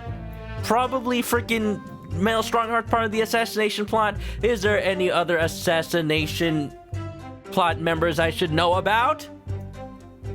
Susato just looks at him. Susato, toss! Lethal edition. I thought it was a joke at first, of course, but then it was made clear to me that if I didn't accept it, I wouldn't be considered for the study tour. No! Willing to kill for his right. So you agreed to it just for that? I mean, I know how much you wanted to study in England, but assassination? Jigoku be like, wanna go to Britain? You have to kill somebody. Kazuma like, yeah. The Empire of Japan had accepted a proposal from the British Empire at the time, an agreement to send a student from each country to the other to deepen cultural understanding and friendship. Friendship? But behind the scenes, the chosen students were to be given assassination missions. Yo, this is some Danganronpa stuff. I had no choice but to accept the proposal that originated from my British counterpart. Why? Why didn't you expose the plot there and then? Because foreign relations.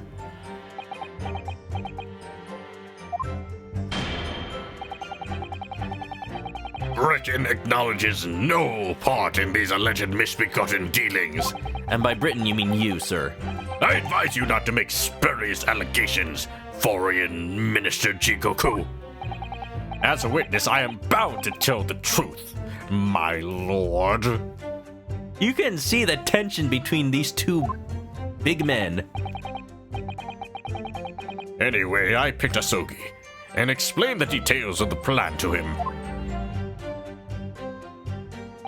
If it really does turn out to be Male Strongheart, it's actually awesome that I have settled on these voices for them. Because they're counterparts to each other. My Strongheart voice is literally my Jigoku voice without the rasp. The target was Inspector T. Gregson. The target was Inspector T. Gregson. Hold it! The big men are fighting. They're having a stand battle. Ora. Hey look, it's a fight between a Japanese person and a British person. It's basically the end of JoJo Part 3. Why Kazuma? Why did you pick him as the assassin? He was the most capable of all the applicants. And in addition, what other assassination applicants do I not know about? I knew his desire to travel to Britain was very strong. Everyone just too busy assassinating. What's up, Dusk? In fact, it was almost more than a desire. It was his whole purpose in life. Yes, as his best friend, I can certainly attest to that. The way he threw himself into his studies. The way he pursued becoming qualified as a lawyer. When did he have time to study to kill? I guess all the times he went to kendo practice were for actual sword fighting. It was all ultimately for that one single goal of being accepted on a study tour to Britain. He's just a ninja? Okay. Tell me where he keeps his shurikens. In the headband?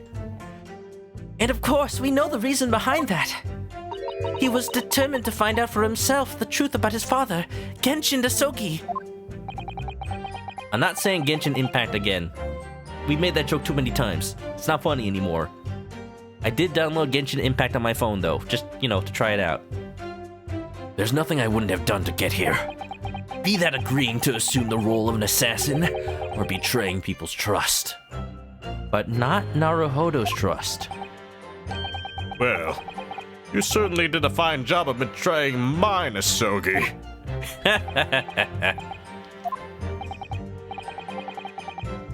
What, I didn't know? Imperial Yume is a ninja school. Oh really? What art does Ryunosuke study? Taijutsu? That's why he can't do any ninja clan moves. Kazuma just reveals he has a contact lens covering his real pupil and he's got Sharingan! But why was Inspector Gregson the target? Is Ace Attorney just Naruto this entire time? I have no idea. Those were the orders from Britain. I was in no position to question them. And this was in response to... Oh, why Gregson? You have no idea? Really? I find that hard to believe. Egg. Thanks for the egg, Haru. Oh, do you? Oh, do you? Judge Jigoku was once a visiting student here in Britain himself, of course. Perhaps he has some connection with Inspector Gregson from that time. Oh, really? The defense really ought to catch up. With what? With the fact that the assassination exchange has absolutely nothing to do with the case under scrutiny here. The fact that you deny it so hard is reason I suspect it. Yes, I've already admitted to recruiting Asogi. He's a judge. He knows exactly what he should and shouldn't say. Any slip-up could be used against him in court. Hold it! You know? This is a pretty unique situation for Ace Attorney, isn't it? The fact that there is a judge on the stand, and not the judge from Ace Attorney, but a competent judge. I'm sorry, Uji, we love you, but you would never hurt a fly.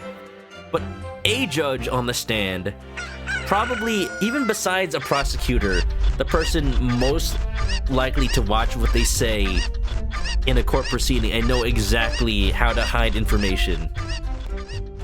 It's perfect. I love it. I presume you're referring to the incident that occurred during Kazuma's passage to Britain in January.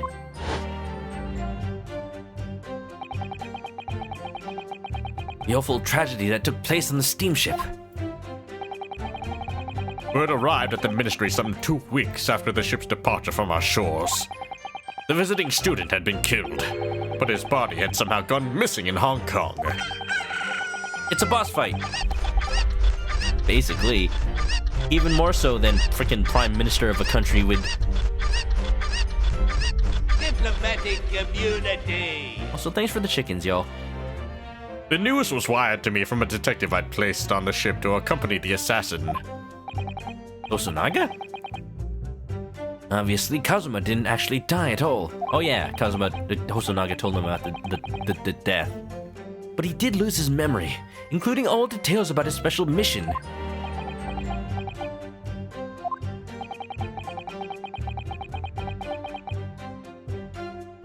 Oh yeah, that's true. He was an English major. Somebody's gotta teach the American Ninja Warriors. Did you not consider dispatching another assassin at that point? That wasn't possible, simply because that black-clad young student over there had already put himself forward as Asogi's replacement. Sherlock Sholmes saving someone's life for at least a year. He didn't even know it, but he thought he knew it? And there was no way to stop him from reaching Britain.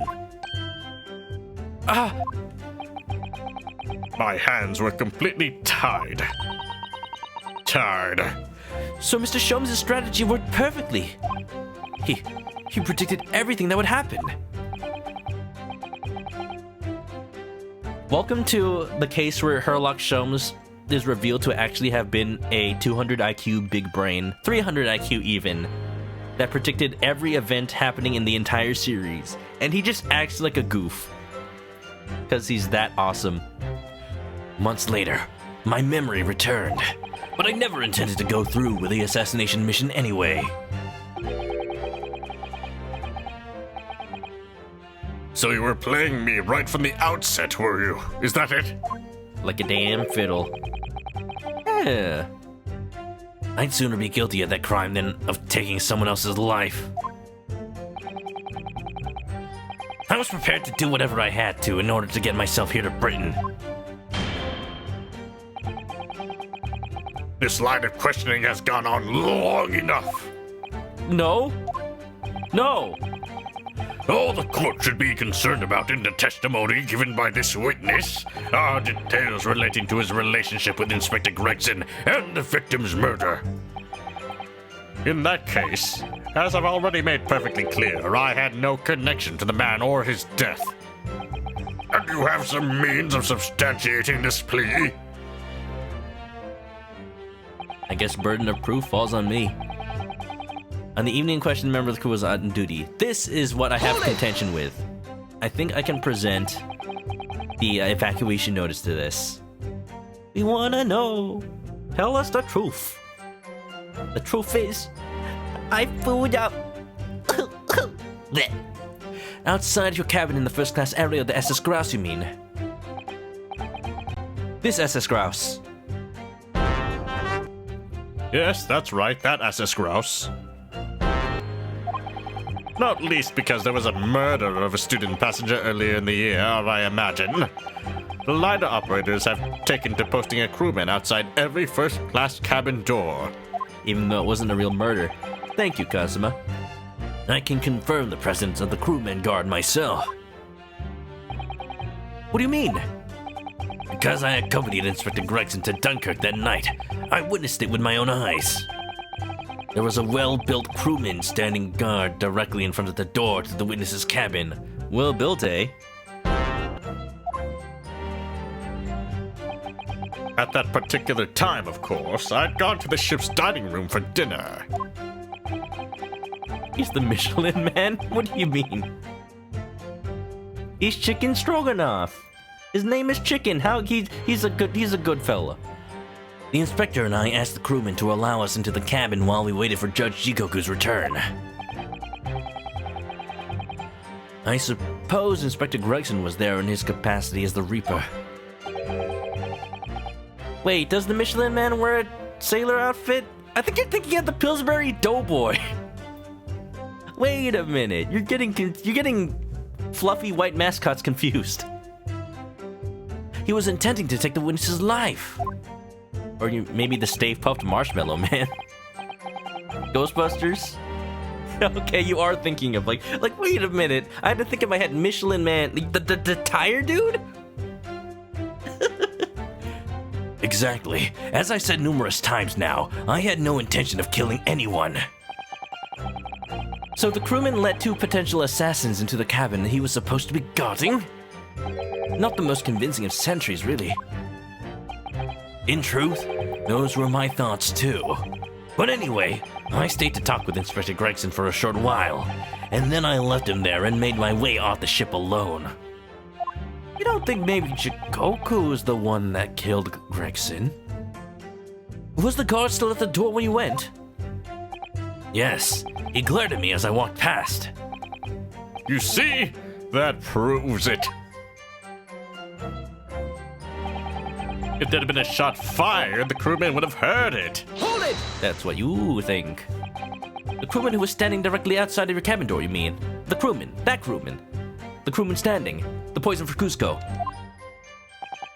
There's been a meme on freaking TikTok. I don't watch TikTok, but the memes like bleed into Twitter and other social media, and I just see them afterwards. There's a meme of like acting out what situations would look like if they were like one of those modern adventure games where like you can't leave a room until you've taken care of business in that room. So like a dude is walking up to a door, he grabs the handle and he's like, he immediately turns around like, can't leave without crying first. Turns to grab the door handle again. I haven't had a good cry yet. Turns to the door again, can't leave without crying. And then somehow it evolved into being an Emperor's New Groove meme, where he tries to leave the room, and he's like, "Can't leave without the poison. Can't leave without the poison for Cusco. The poison for Cusco. Can't leave without that." That's right. A muscular man with a permanent grim expression on his face. He didn't once move from that spot. Hey, he's a big old softy. The poison for Cusco. To be honest, I thought he was a miserable fellow. But as it happens, he's a vital witness now.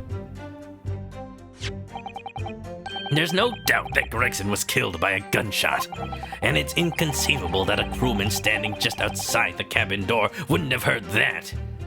What I'm wondering is, how come I didn't see the bullet hole from the other side? Like, where would have that matched up to? Because I definitely didn't notice a bullet hole from when I was outside that room. But wait, what about the ship's enormous steam engines? The noise of them could have drowned out the sound of the gun being fired. Thick walls. Look, the bullet still has to enter from somewhere. Oh, you mean, okay. You know, this whole time I've been thinking, oh, maybe somebody shot, like, into the room from the outside. But no, someone was also inside. And then the bullet just hit the wall, but didn't go all the way through. Sadly, young judicial assistant, that won't wash. Oh? It's too dirty. You will recall that my cabin was in the first-class area of the ship, which is also, of course, the quietest. Won't imagine for a moment that it's anything like steerage where the judicial assistants go. Oh. I didn't mean... Hey, we were in first class on the SS Borea. But a hole like that made by a bullet was found in your cabin, Judge Jigoku. Oh, you think they're quiet because the walls are thick? Hey, that's compelling evidence that the gun was fired in there. But, gonna predict the Ace Attorney answer. I can't prove when the shot was fired, when that hole was made. What's that? A bullet hole? Hit this. Yellow Pikachu, I don't want to hit a cow. Unless I want beef. Oh, yes, you're talking about what the detective uncovered on the wall yesterday, I presume. That would obviously be a rotten panel eaten out by woodworm. No doubt he didn't find an actual bullet. Ooh, he's got a point. That's the hole in this argument. He's a judge, of course he knows.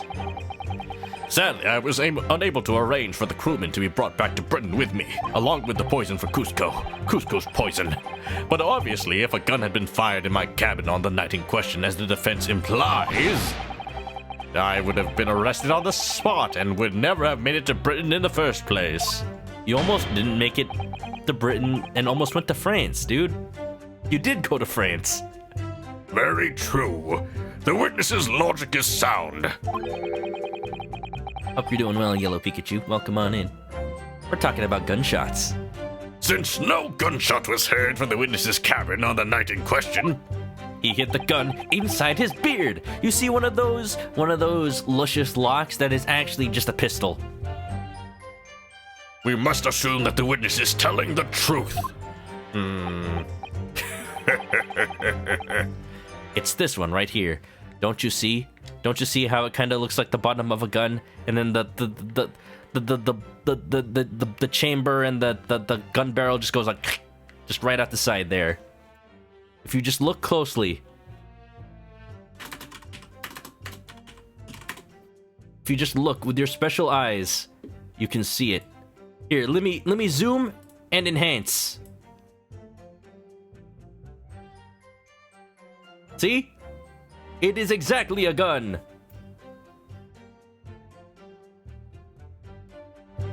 That is all the evidence you need, my lord. Case closed. I'm glad you have. I'm glad you've seen sense, my lord. Nailed it. Would have gone away with it if it wasn't for us meddling kids. I know Kazuma's already admitted to taking on this incredible assassination plot, but even so, hearing it confirmed by somebody else is still a real shock. It's unforgivable. I'm glad they spilled the beans, even though all we had was like a piece of paper. Well, we did find it in Jigoku's office, though. Using Kazuma-sama's feelings to manipulate him into agreeing to such a despicable plan. But I think Kazuma manipulated to Judge Jigoku, too. He completely double-crossed him. Oh, so Judge Jigoku probably carried out the deed himself when Kazuma left to not commit the murder. That's why he's so sure that it must have been Baroque Van Zeek's. Oh dear, it's hard not to see that as a stroke of brilliance on Kazuma-sama's part. One way or another, though, Gregson ended up dead. I really think that the murder must have happened aboard the steamship. So you mean Judge Jigoku must be lying? Yep. I know I mustn't let my emotions get in the way. But you must destroy him, Mr. Naruhodo! Kill him! Kill him dead! Tear him asunder! Whoa. Susato's scary when she's like this. Susato, toss! Susato tossed the evidence right in his face. Okay. I'm thinking... I'm directly refuting the statement that the crew wasn't necessarily there outside his cabin at all times. And the fact that this was crumpled up inside the room means Jigoku was aware of it. So... Objection! Yes. As the court has heard, there was a crewman posted outside Judge Jigoku's cabin. His name is Chicken. Really, his name is Chicken. I'm not making that up. However, we can be sure that, contrary to the witness's claim, the guard wasn't there at all times. What? I have here a notice. Do you notice it? Notice me, senpai. Of a particular event that was scheduled to take place aboard the steamship on the 31st. Halloween? Yes, no. What? Where did you get that? It's evidence gathered by Mr. Herlock Sholmes. You were acquainted yesterday, if you remember. Sherlock Sholmes. Again? Yeah. According to this itinerary, after leaving the port of Dunkirk at exactly 10 p.m., and for a period of 20 minutes, all crewmen of the SS Grouse were to gather on deck for an evacuation drill. All crewmen were away from their posts? And during that 20-minute interval, of course, any gunshots emanating from your cabin would have been heard by no one. Ha ha! Got him! Easy peasy. In summary, Judge Jigoku, you had ample opportunity to commit the crime. Objection! No, I'm dancing. Let me have my dance of deduction. A 20-minute window of opportunity. That's an excellent find, Ryunosuke. But it amounts to nothing. Why? Because the witness clearly stated in his testimony that no incident occurred in his cabin, unless you have some decisive evidence that can show his testimony to be false. Your accusation is nothing more than conjecture. Very true. Well, counsel. Oh, no, we got evidence. We got evidence, right, Susato? Maybe? We got evidence. That wasn't a no. You mean there's a chance? Inspector Gregson was killed in Judge Jigoku's cabin that night. I'm certain of it. Because the defense has the evidence to prove it. Somewhere. Let me just let me just take a look. Hold on. Milord, let me just rummage through all of this. Something that proves... Oh, yes. The small component. I think it is. Because it's from Inspector Gregson's watch. Let me make sure it's not one of those cases where I have to inspect it again. If I can prove that this matches up to Inspector Gregson's watch, then that links the crimes together. Where the heck is Inspector Gregson's watch? There it is. It's missing its thingy. What do you think, Miss Susato? I feel sure I know exactly what will fit here. Really? I was just thinking precisely the same thing. We're about to see that the little round component is actually part of Inspector Gregson's broken pocket watch. Really? I was just thinking precisely that too. Really? Were you Ryunosuke? Oh! See? What did I tell y'all? Now that I know the game does this, I have to make sure to look at the thing I'm about to present so that I can... It doesn't, like, penalize me for being right. Let's go! What a coincidence. So was Lulu. Y'all, that means you got more brain cells than Ryunosuke. A perfect fit! I knew it! Of course I did. I knew that. Alright. Perhaps you knew it. I'll make a note of this new information at once. Bida-ba-doo. It is now clear that it is the missing crown. Ha-ha! Ryunosuke just dives under the bench, checking every piece of his inventory. And, you know, considering that this is the late... Let's count how much court record we have.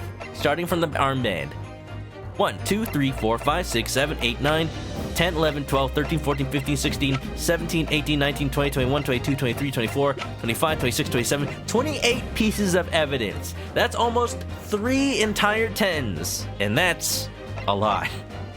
I tried to do a thing with like Lex Luthor and 40 cakes, but it was just, it didn't really work out. You will present the evidence for the defense at once, counsel. What proof do you have that the victim's life was taken in Jigoku's cabin on the 31st October? Because of the small component. Take that! Right here. Judge Jigoku, this was found in your cabin yesterday. What is that? The crown of a pocket watch? Wow, he found that pretty fast.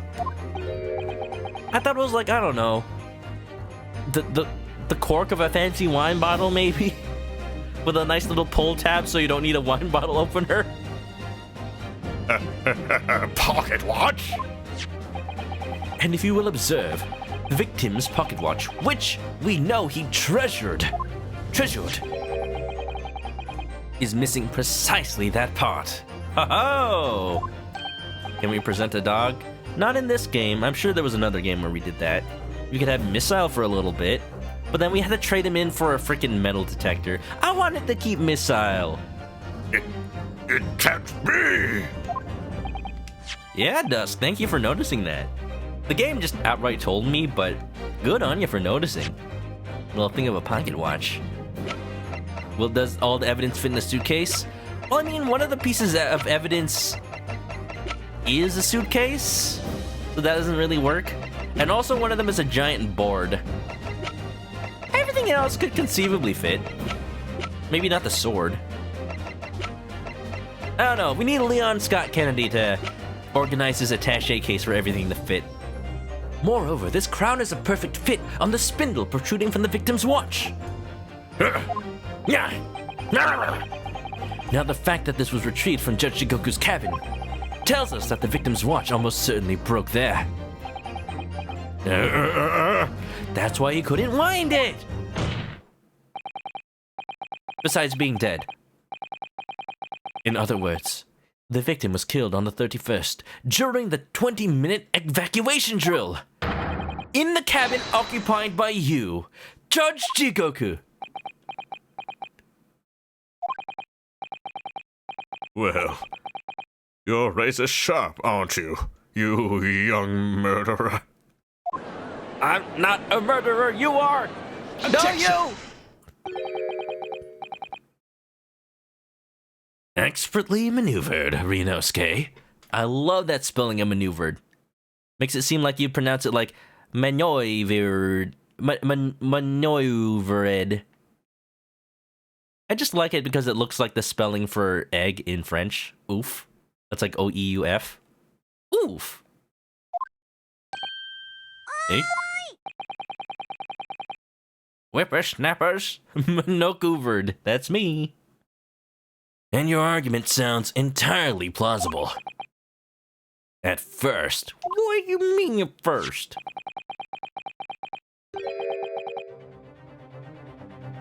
But rather like this pocket watch, it's full of cracks. Oh, don't you use the evidence to put metaphors on me. It's my job. Ooh, what? I guess Phoenix Wright's job. He does that way more often. And I believe Judge Jigoku feels the same way. And I still have a hard time consolidating the fact that this series is the same series as Ace Attorney. I mean, it is Ace Attorney, but like, as Phoenix Wright, even though the gameplay's exactly the same, the tone is just so different. And the writing is so good, but that doesn't mean the writing in Ace Attorney is bad. It's more like, I haven't felt it be this good in a long time. And I mean it. Like, nothing bad about... Like, I liked Ace Attorney 6 a lot. And I liked the trilogy, I liked Investigations, I even liked Apollo Justice. But this is a whole nother level. I believe Judge Jigoku feels the same way. I was wrong to acquit you earlier in the year. What? Sorry? If I had known that it would result in anyone having to listen to this drivel, I would have declared you guilty just to spare the world your ridiculous bombast. You say to me, man, I trusted you. You are our friend. I learned your name. You had an emotional connection, Mr. Judge Jigoku, and you do this to me. You turn out to be an international super spy murderer assassin man. How dare. I think it's clear that the witness will have to give further testimony. Yeah, that's why I haven't ended stream tonight yet. I know it's gonna take a while. When you hear what actually happened in my cabin that night, you'll notice the pitfall into which you've stumbled. Oh, really? Oh, really? Uh-huh. Oh, really? Thank you, Baroque Van Zeeks. Oh, really? Thank you. Prior to your renewed testimony, I would like to clarify one point. The fact that this part of the victim's watch was discovered in your cabin means that you acknowledge he was there, I presume. I mean, we know Gregson was there. How do we tie his death to that moment in time? Lulu, thanks for slamming the desk. Yes, I do.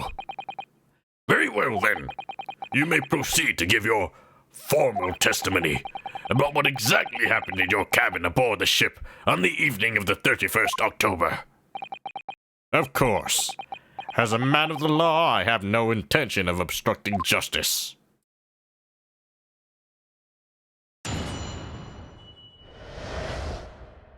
The events in the cabin, in the woods. Not that one. I had a guest waiting for me when I returned to my cabin after finishing my evening meal in the dining room. When I walked through the door, a mustachioed Englishman was there, foolishly waving a gun at me. Foolish mustachioed Englishman, wielding a foolish gun, sought forth to oppose me. I soon took care of him with an ippon seoi throw, though he couldn't wait to run away after that. Ippon seoi. We got a Jigoku toss? I imagine his watch was broken when I threw him over my shoulder. It has nothing to do with his murder. The inspector was clearly killed, having returned to Britain, because his body was found in London. And here's where we bring up the refrigeration. Man of the law, huh? Ippon seoi? Seoi? A common jujutsu martial arts technique in my country. I was careful not to use it too much force, but the man obviously landed too heavily for his watch to take. Okay. This is clearly a lie, but I want to say, what would legally happen if, even though Judge Jigoku threw Gregson, what if, like, it ruptured his pancreas or something, and then later caused him to die? I would think Jigoku would still be responsible, right? What if, like, it caused him internal damage, then Gregson went to, like, went to hospital and got it all fixed up, but then years later he died from complications due to the surgery? Would it be malpractice? It's not malpractice, it's just complications. I know it has nothing to do with the situation at hand, but it's just interesting to think about. So, Ryunosuke Naruhodo. I imagine you can see a little flaw in your logic now, can't you? What? The fact that the pocket watch was broken in the witness's cabin in no way proves that the victim's murder took place there. Wait a minute. Wait a minute. Wait a minute.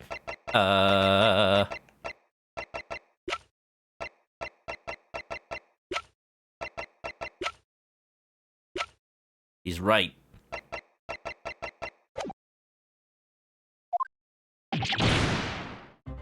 Crimes require intent. You're right. Well, there's still involuntary manslaughter. I've no doubt that the inspector intended to kill me, but he didn't manage to pull the trigger. Yes, because it was merely the tactician, not the Reaper's hand of death. Well, the testimony appears to make perfect sense as far as I can tell. Hey, let me express my deep gratitude for your understanding, my lord. But if this testimony holds, Judge Jigoku will be deemed to have no involvement in the case. Well, counsel, I really see no reason for wasting precious court time here on a cross-examination. Oh, I intend to waste as much time as I want, sir. I got half an hour before the 3-hour mark to scream. Sorry, my lord. The defense has a right to slap my own face. And to cross-examine, and I don't intend to squander that. And there may be no jury, but I still want to do that whole thing where I summation argumentation. You're an embarrassment to your countrymen, not knowing when you're beaten. Am I? Or are you? I know you are, but what am I? In that case, proceed, Mr. Naruhodo. I swear, if Lord Male Strongheart actually has nothing to do with these murders and plots, then I will have suspected him. I will have had suspected him ever since the first game for no reason. The events in the cabin. Hold it! So I think I have just enough time to cross-examine and press every one of these statements, and then maybe that's a good place to end stream. We'll see how long this one takes, because I mentioned it before, but I am looking at a spoiler-free guide, not to get the answers, but just to see how much I have left. And I want to say this might be a good place to try to make a good stopping point, but we'll see. Because the so-called guard posted at your cabin door had just let your killer pass, you mean? Apparently, Gregson told the crewman he was a police inspector, which was the truth, of course. He wouldn't have had his identification with him, though. He had his trench coat and mustache, not to mention the bag of chips. I imagine the crewman was convinced. Bag of chips is all it takes? Not even the fish part? The man accompanying him would have had 2 swords slung around his waist. You mean me? Who else? Yes, that's true. You would have hoped the sight of a few swords might have set off alarm bells in the guard's head. Chicken ain't very bright. The point is, I left the cabin before its occupant returned, and I immediately disembarked the ship. Certainly, all I can tell you is that only the inspector was waiting for me when I arrived back in my cabin. Why would you leave without your partner in crime? And you entered without any inkling of suspicion? Whoopee! It was an endless bag of chips. Standard issue in Scotland Yard, apparently. I will say I actually had fish and chips yesterday. It all comes back together. That's right. None whatsoever. Checks out. Hold it! Not even afraid of a gun. Damn. This dude's got balls. If he wasn't such a coward. Obviously, you're talking about Inspector Gregson.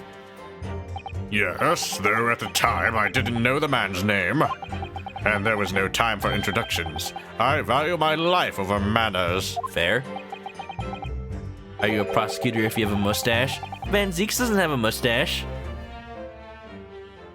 By what you mean that the inspector was there to assassinate you, I suppose? That was certainly the impression given by the gun pointing in my direction. But I've never seen the muzzle of a revolver shake about so much in all my life. Anyone would think the man had never shot somebody before. Maybe he hasn't. Believe it or not, most of us haven't. Especially not me. Remember? A year ago? That whole case? Anyway, there was no time to call for the help of my crewman at the door, so I dealt with the man myself. Jeez, dude. Am I really gonna believe that? What prosecutors in Ace Attorney even have a mustache? I'm trying to think. Not Edgeworth. Not Francisca von Karma. Not Manfred von Karma. Not Godot. Not Winston Payne. Not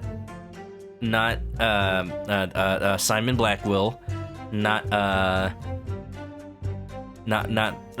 Sadmadi. I don't think anybody has a mustache as far as prosecution is concerned that I know of. I mean, at least nobody that actively prosecutes a case in one of these games.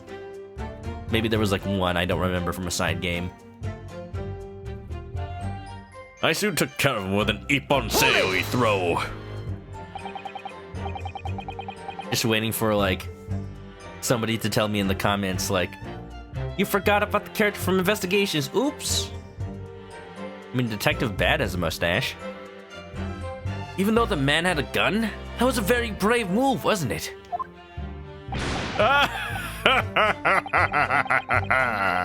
My Ippon Seoi is far faster than a bullet, I can assure you. Superman here. But surely all that commotion caused the crewman to come in, didn't it? I just Bang, proved bang. that he wouldn't have been there. Yes, of course. He burst in immediately without knocking. The inspector hurled himself at the stocky fellow and just managed to slip past him to make his escape. I find that hard to believe. Man would have blocked an entire door just by standing there. The standing guard does it again. Bullet! Luckily, there aren't many situations I can't get out of using a quick Ippon Seoi throw. Hold it! Watch is broken, I guess. The crown snapped off and the glass covering the face of the watch was cracked. Like cracking an Apple Watch. Doesn't an Apple Watch cost like $1,000? Maybe like the new one? That's more than a phone. Well, some phones, not the phone it goes with.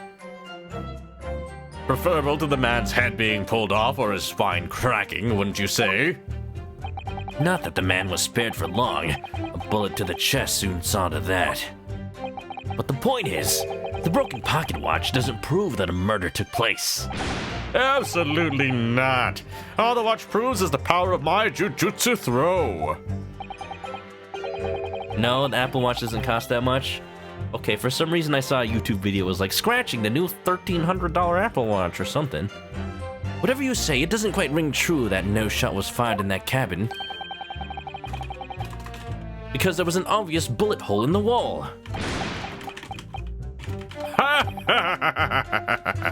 What are you talking about?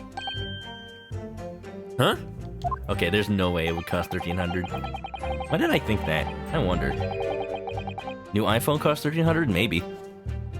That's what the star of your lowbrow detective stories told you, is it? Well, I don't care for such fiction. Ah, Haven't you worked it out yet, you little stripling? stripling! Ain't that a bird? No murder took place in my cabin. Dang it, Sholmes. You should have checked under the clothes. Maybe there was blood. Hold it! Apple Watch costs $250. Well, maybe I'll buy one. There's actually a game that I was thinking of. It's made by the makers of Shantae. It's called Watch Quest, and it's only available on Apple iPhone and Apple Watch. Like, really? Can't I have it on, I don't know, a Google Watch? At least? Android, please? Can I at least emulate it? There's no evidence that proves the victim ever returned to London alive. There is a 1300 Apple Watch made with 24 karat gold. Okay. Then that's what I was thinking of then. I knew I wasn't going crazy. Just take a moment to think that idea of yours through now, stripling. What?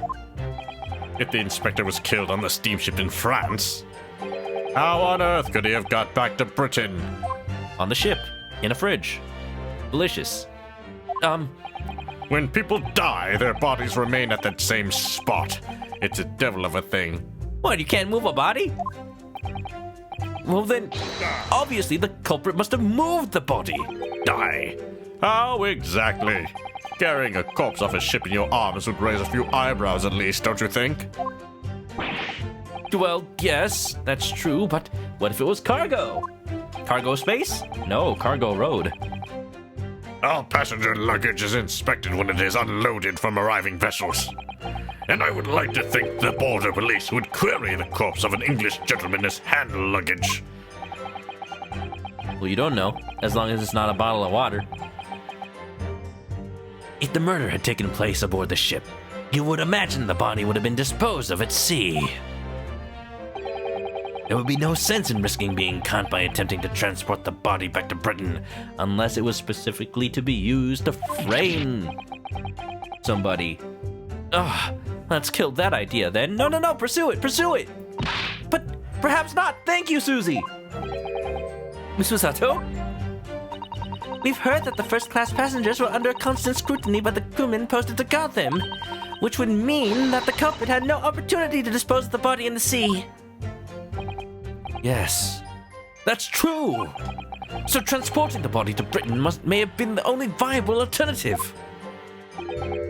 Dear me, you really are new to this, aren't you? Nani? I thought I'd been perfectly clear, but it seems I'm going to have to explain it in words you can understand. Omae wa mou shinderu. I think I ought to alter my testimony, with your consent, of course, my lord. Oh, now the judge is altering his own testimony. I have no objection. State your amended testimony now. It'll be your own undoing. If he was a smart judge, he would have never changed it. There's no possible way I can transport the victim's corpse back to Britain. Hold it! So you're admitting that you killed him? There's an idea. What about the big old trunk with the password that looks like Sholmes? Think about it, stripling. Our passengers and crew disembarked at the same time and passed the same checks at the border. The symposium guests were then driven straight to the hotel in carriages organized by the ministry. And we met you as soon as you arrived at the hotel. Gregson's body was there with us that whole time? So you did. Wait a minute.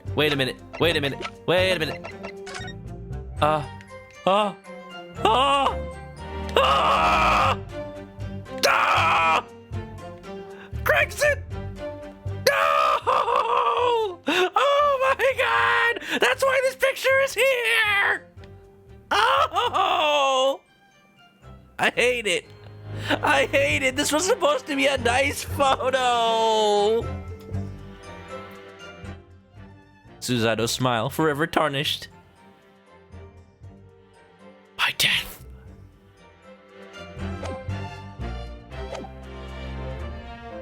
Well then, remind me, did I have a corpse over my shoulder at the time? That ain't a suitcase. That's a coffin. What? No? So we're in agreement then. I couldn't possibly have brought the inspector's body back to Britain. Unless, of course, they developed some clever device these days to instantly move things from A to B. Well, about that, shall I introduce you to my friend from Germany who's not actually from Germany? Professor Hairbrain? Funny you should say that. Not the time, Ryunosuke. Professor Hairbrain's invention didn't actually work, if you remember, Mr. Naruhodo. Yes, of course. Could use the hot air balloon, though. The defense has become unusually quiet, I notice. They were just a foot away from the body the whole time. Yes, because there's really nothing more to say. So that's his story. Definitely not a New York Times bestseller, I'll say. Well, I suppose if you think about it, whenever you drop a teacup in the office and it breaks, we don't say Mr. Naruhodo must have been murdered there, do we?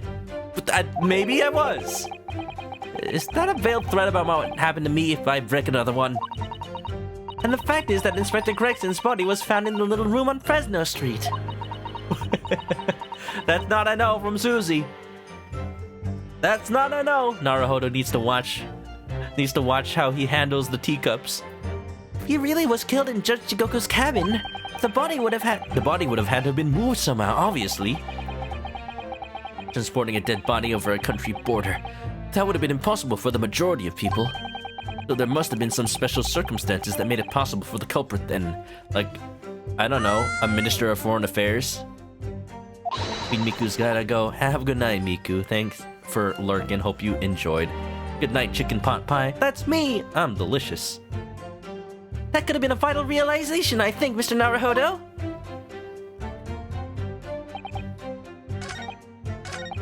Well, I can deny it no longer. I am small. I mean, he's a murderer.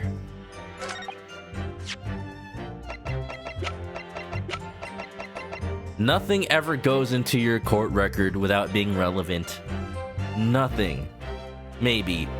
I want to go through every Ace Attorney game and see if there's any piece of evidence that never gets presented and only exists to be a red herring. Like, maybe Missile might count, but then you swap him out for something that is useful. Missile's just adorable. Objection! You had chicken pot pie? Well, I hope it was delicious. There's no possible way you could have moved Inspector Gregson's body, you say? I would say the opposite is true. And what's that supposed to mean? Chekhov's gun. Chekhov's entire firing squad. Far from being impossible for you to do. The transporting of Inspector Gregson's body back to Britain is something only you could do. what are you talking about, Ryunosuke? A piece of evidence that's not even evidence. I was keeping it as a keepsake. You thought it was funny how happy I was? Yeah, and at some point, I never really said it out loud, but I had the realization that it wouldn't be in the court record without having some reason to be there. As well as being a judge, Mr. Jigoku is also Japan's Minister of Foreign Affairs. Which means he's exempt from having his luggage searched when he enters the country. Does it mean that? Did we just assume that? We learned that when we first met you upon your arrival in London. Oh, I guess he did say it. Well, all those passport checks and luggage searches at the border took rather a lot of time. I must say, I'm very envious of your ministerial status. You didn't have to go through any of that, did you? Ah, I knew you were jealous. Tommy! Diplomatic passport. Diplomatic community.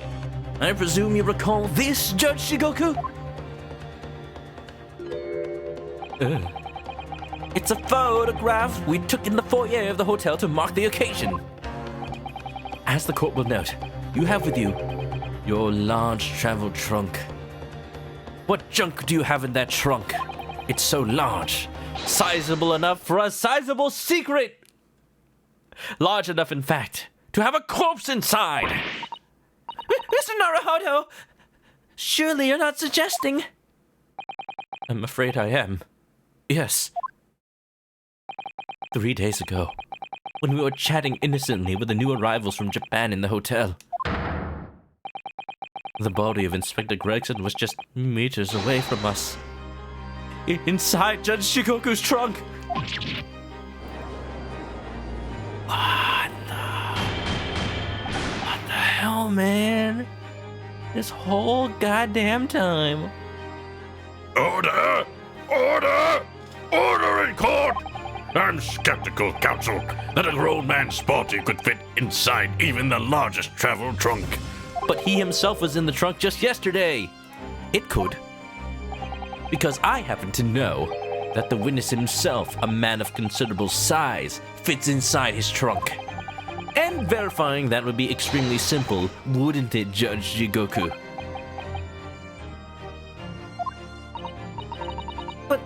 But inside his trunk? How horrifying!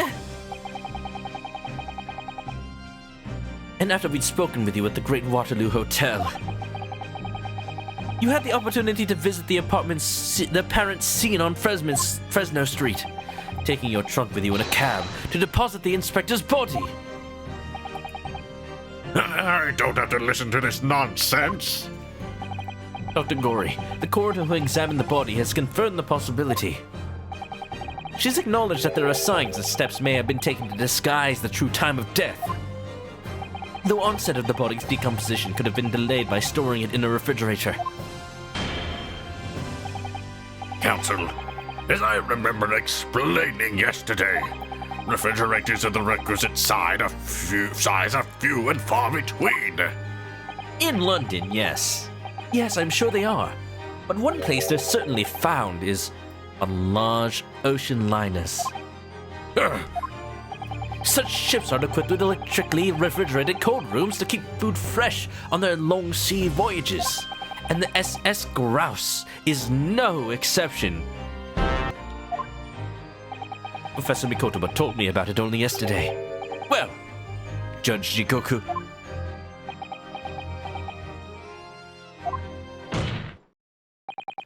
However much you prolong this debate, you can't eliminate the truth. All the evidence points to you being the killer!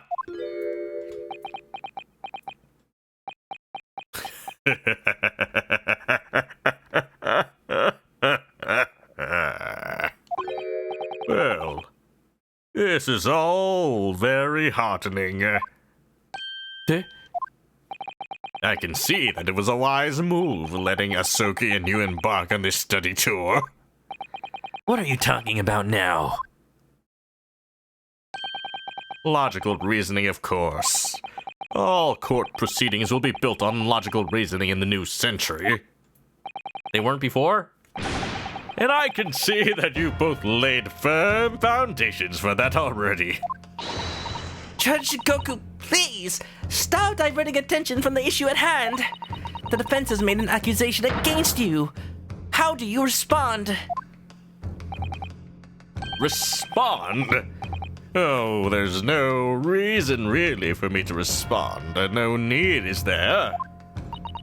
Why, even not? Because before you can even begin to answer the question of when the victim was killed, you must first establish one key fact. Where was the victim killed? It's quite logical. He's gonna say Fresno Street. The actual scene of the crime. But it was in the room, it had to have been. The prosecution's stance is unaltered. The killing took place on Fresno Street, when the gunshot was heard. As the accused Baroque Van Zeeks shot the victim at point-blank range. Since no tangible evidence exists to disprove the prosecution's claim at this time, the defense's deductions amount to little more than an elaborate fairy tale. No, we need to have something else. Something that proves that a gun was fired in that room. But what? No more candles here.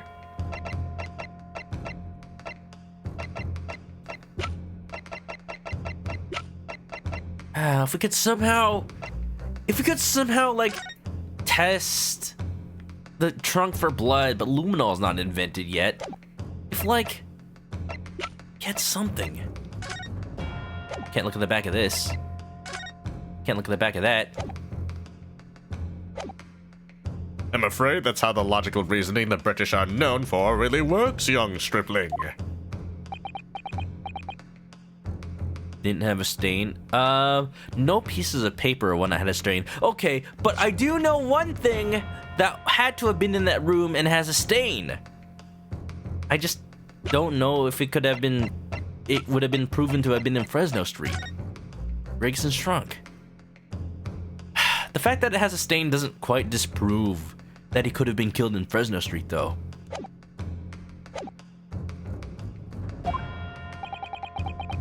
The victim was shot in that little room on Fresno Street and died instantly. I'm afraid it's the prosecution's claim that's the only fairy tale here. How can you say that? quite simply, because that claim directly contradicts a certain piece of evidence in our possession. Very tantalizing, counsel. I think you had better explain yourself to the court, don't you? The prosecution claims that Inspector Gregson died instantly when he was shot at the scene in Fresno Street. But this evidence clearly contradicts that claim. Now wait a minute. Hold on.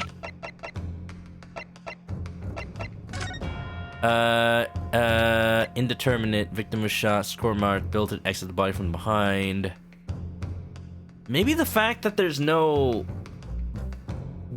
exit hole, well, not on the body, but there's no bullet hole found at the scene of the crime in Fresno Street?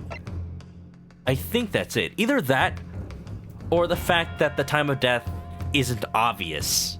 Like, the very fact that they couldn't determine it is in and of itself evidence. I'm gonna go with the autopsy report. Take that! No? The Japanese are really a curious breed. To prefer an argument with such conviction only to present such nonsensical evidence. Perhaps my Japanese friend's inexplicable thinking is why people talk of the mystique of the East. Kazuma, you're Japanese! In case you hadn't noticed, I'm not the only Japanese around here. Do you even have a mirror?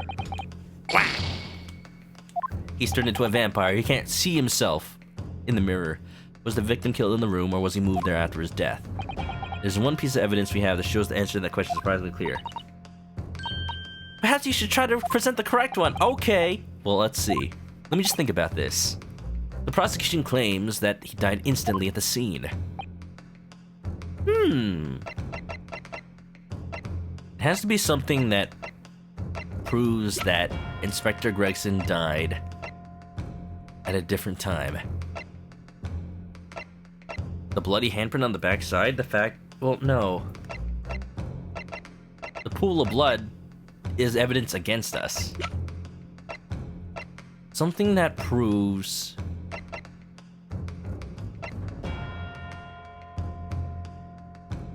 that the murder actually occurred on the ship. The fact that the sword tip is missing, that just proved that Sogi was there.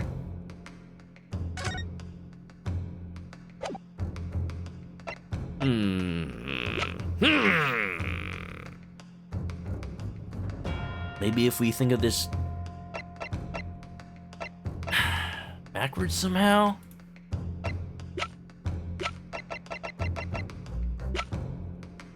If anybody in chat who doesn't already know the answer has any ideas, then feel free to offer them. I'm raising the blue flag. But until then, I'm gonna look at like literally every piece of evidence to see if there's anything here. Mr. Vigil, probably not. I'm not discounting anything at this point. Letter of introduction. The front says I'm not suspicious. The back says SS Grouse. Dismissal notice. Daily Vigil. He was fired. Frame photograph. She's pretty. Policeman figure. It has a key. Gun. Naruhodo, do not hold it like that. Why can't I examine the gun again? So this is the type of revolver that's standard issue for members of the judiciary, then?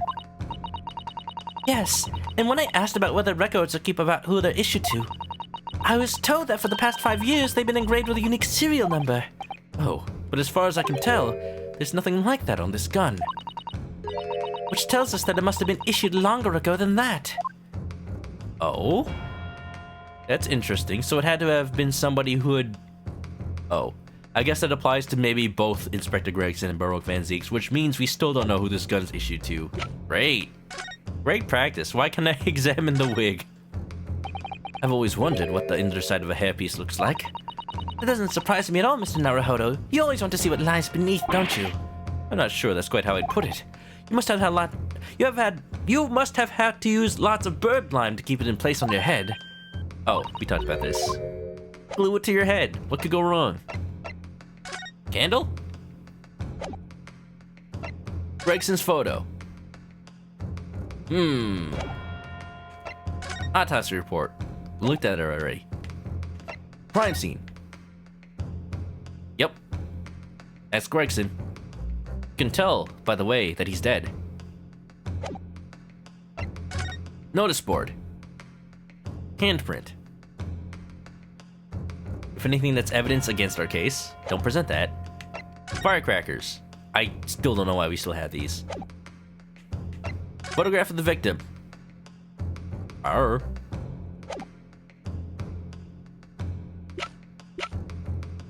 His body appears to be tightly curled up. Rigor mortis? I'm trying to think of anything that has to do with time of death. Maybe? Commemorative photograph, Asogi papers. Something about time of death. Maybe? Take that!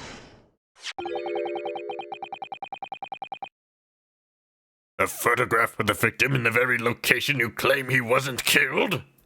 Yeah, you wouldn't think it, but apparently it's right. Yes! But the point is, the posture of the body itself really? No! Yeah, I looked that up in the walkthrough. There, I would never have thought. I don't like that. We had to remember about rigor mortis. That's cool that it ties into what we learned about bodies before. But really, that's what's noteworthy about it? Rigor mortis, I guess. If Inspector Gregson had been shot there in that room, it's out of the question that his body would have been curled up in a ball like that.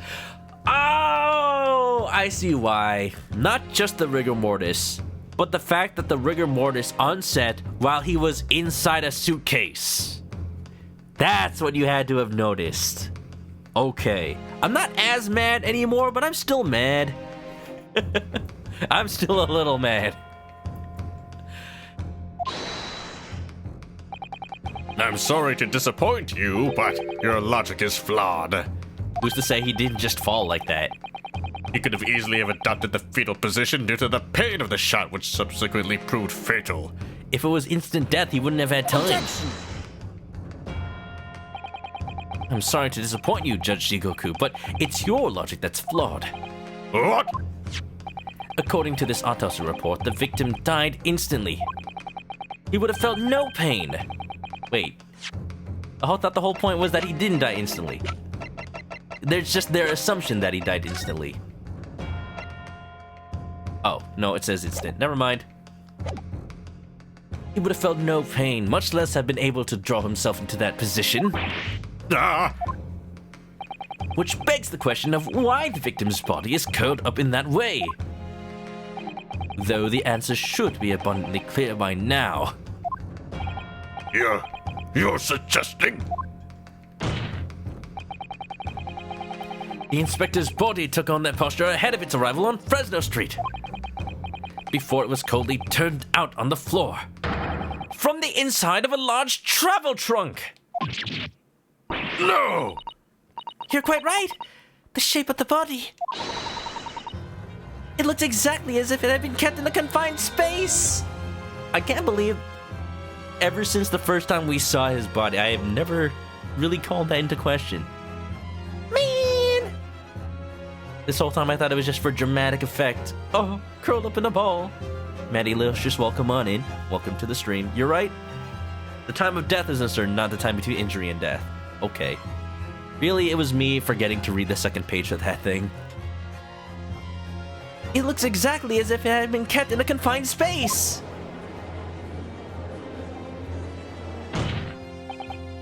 Judge Jigoku, present your trunk for examination. I believe it's very possible that it will contain traces of the victim's blood. We couldn't have done that in the first place? Ah!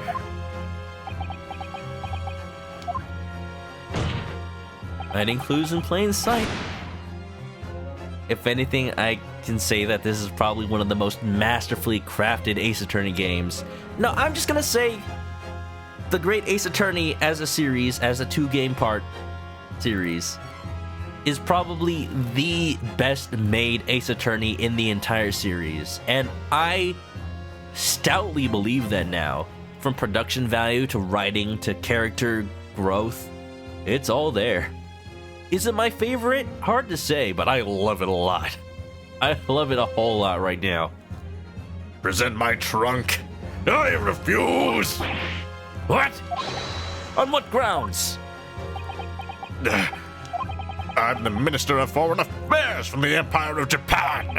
I shouldn't have to put up with this treatment just because of some stripling's baseless accusations. In other words, Judge Jigoku, there is blood in your trunk. I decline to answer that. Present the trunk. We want to see the booty. I know. At this moment, you're not a government minister. You are a witness in a trial in Britain's highest court. I don't care who you are or what your status outside this courtroom might be. You will not withhold information.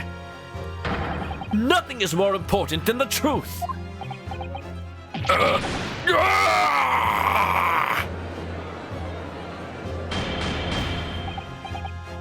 Order! Order in court! Well, Mr. Jigoku, what's it to be?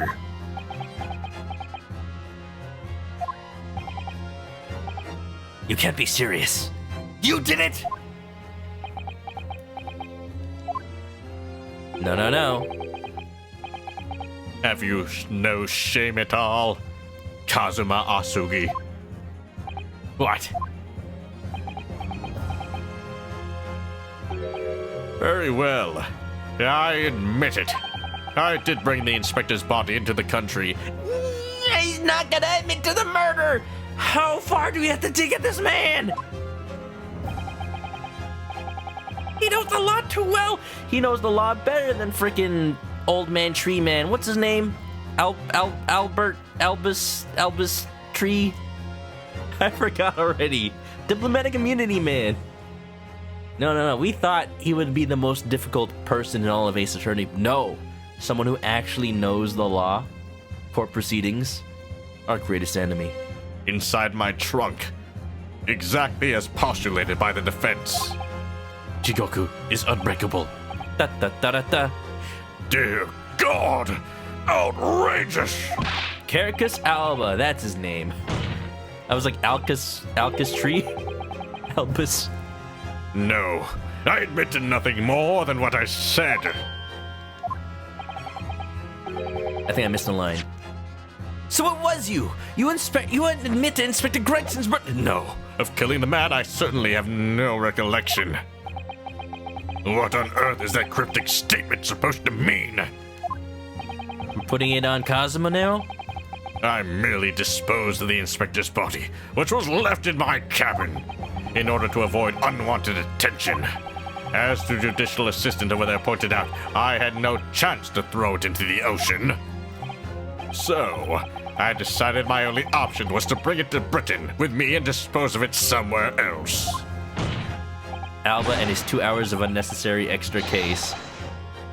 Hard agree there. But I have new appreciation for it after streaming it. Mostly because I already knew how long it was gonna be. I could prepare for it. And just ham it up as much as possible. When I played it the first time in college, I was definitely frustrated to no end. I think that might be one of the only reasons I can't wholeheartedly say Ace Attorney Investigations is my favorite. It's very good. Just that ending was a little too long. But otherwise, it was beautiful. Fan service, character growth, maybe? Gumshoe has enough salary to eat cup noodles, so I count that as character growth. You still can't deny it? You can't still deny it. If you didn't do it, then who on earth did kill the man? It's not on him to prove. It's on me. As you know, there was one other person in my cabin that night. He had the opportunity. And moreover, he'd already accepted a mission to take the inspector's life. Ho ho ho! Oh! Slam! Come on and slam! I'm the Minister of Japan. Come on and slam if Kazuma is to blame. That's right. Who else could it have been? It was you, Kazuma Asugi. You. Everyone's just betraying everyone right now, and I'm just sitting here like, I still think Jigoku did it. I never thought you'd stoop to this, Seishiro Jigoku. Investigations 2 slaps. I definitely intend to play it. You know, to be completely honest, if this game didn't come out officially, I would be playing Investigations 2 right now. But I'm glad we finally got an official translation. That means maybe we'll get Investigations 2 at some point. Ported over to the Switch. Maybe. I hope. If this game does well, maybe they will. That's why I bought it. That's why I bought it twice, actually.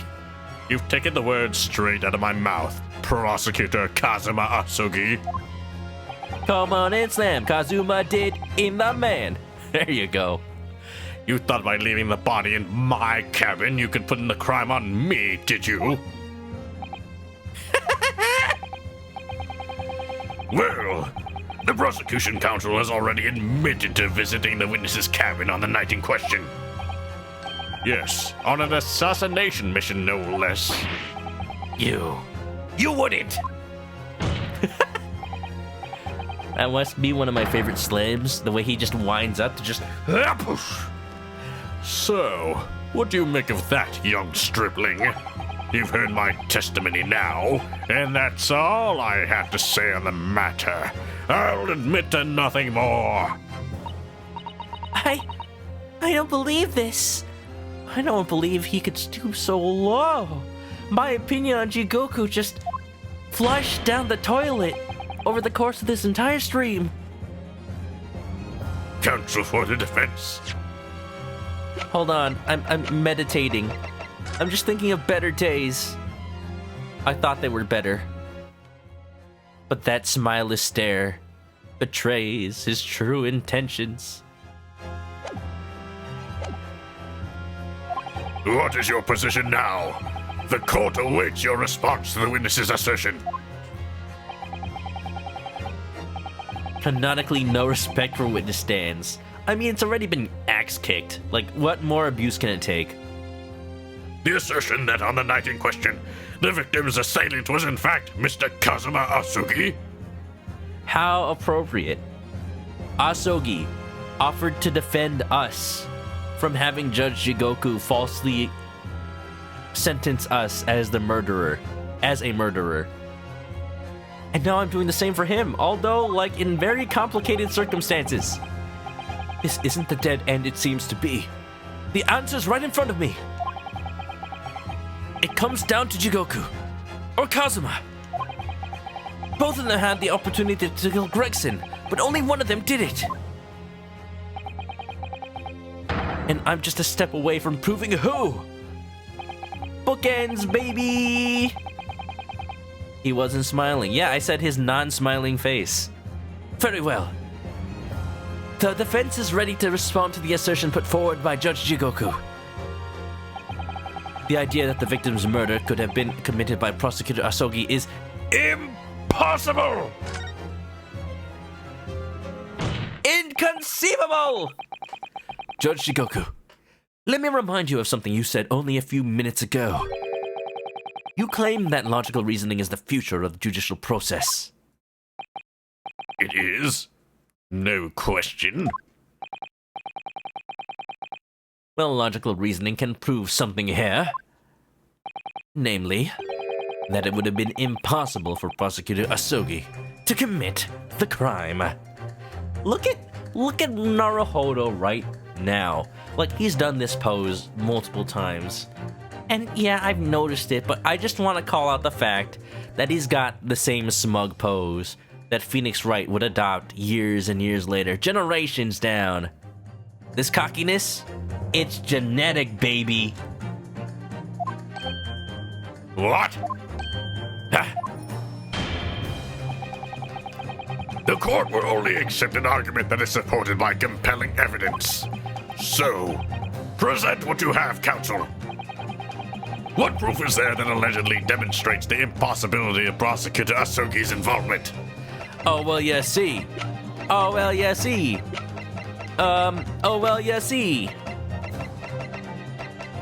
He doesn't have a gun, clearly. Let's see. Hold on, let me think.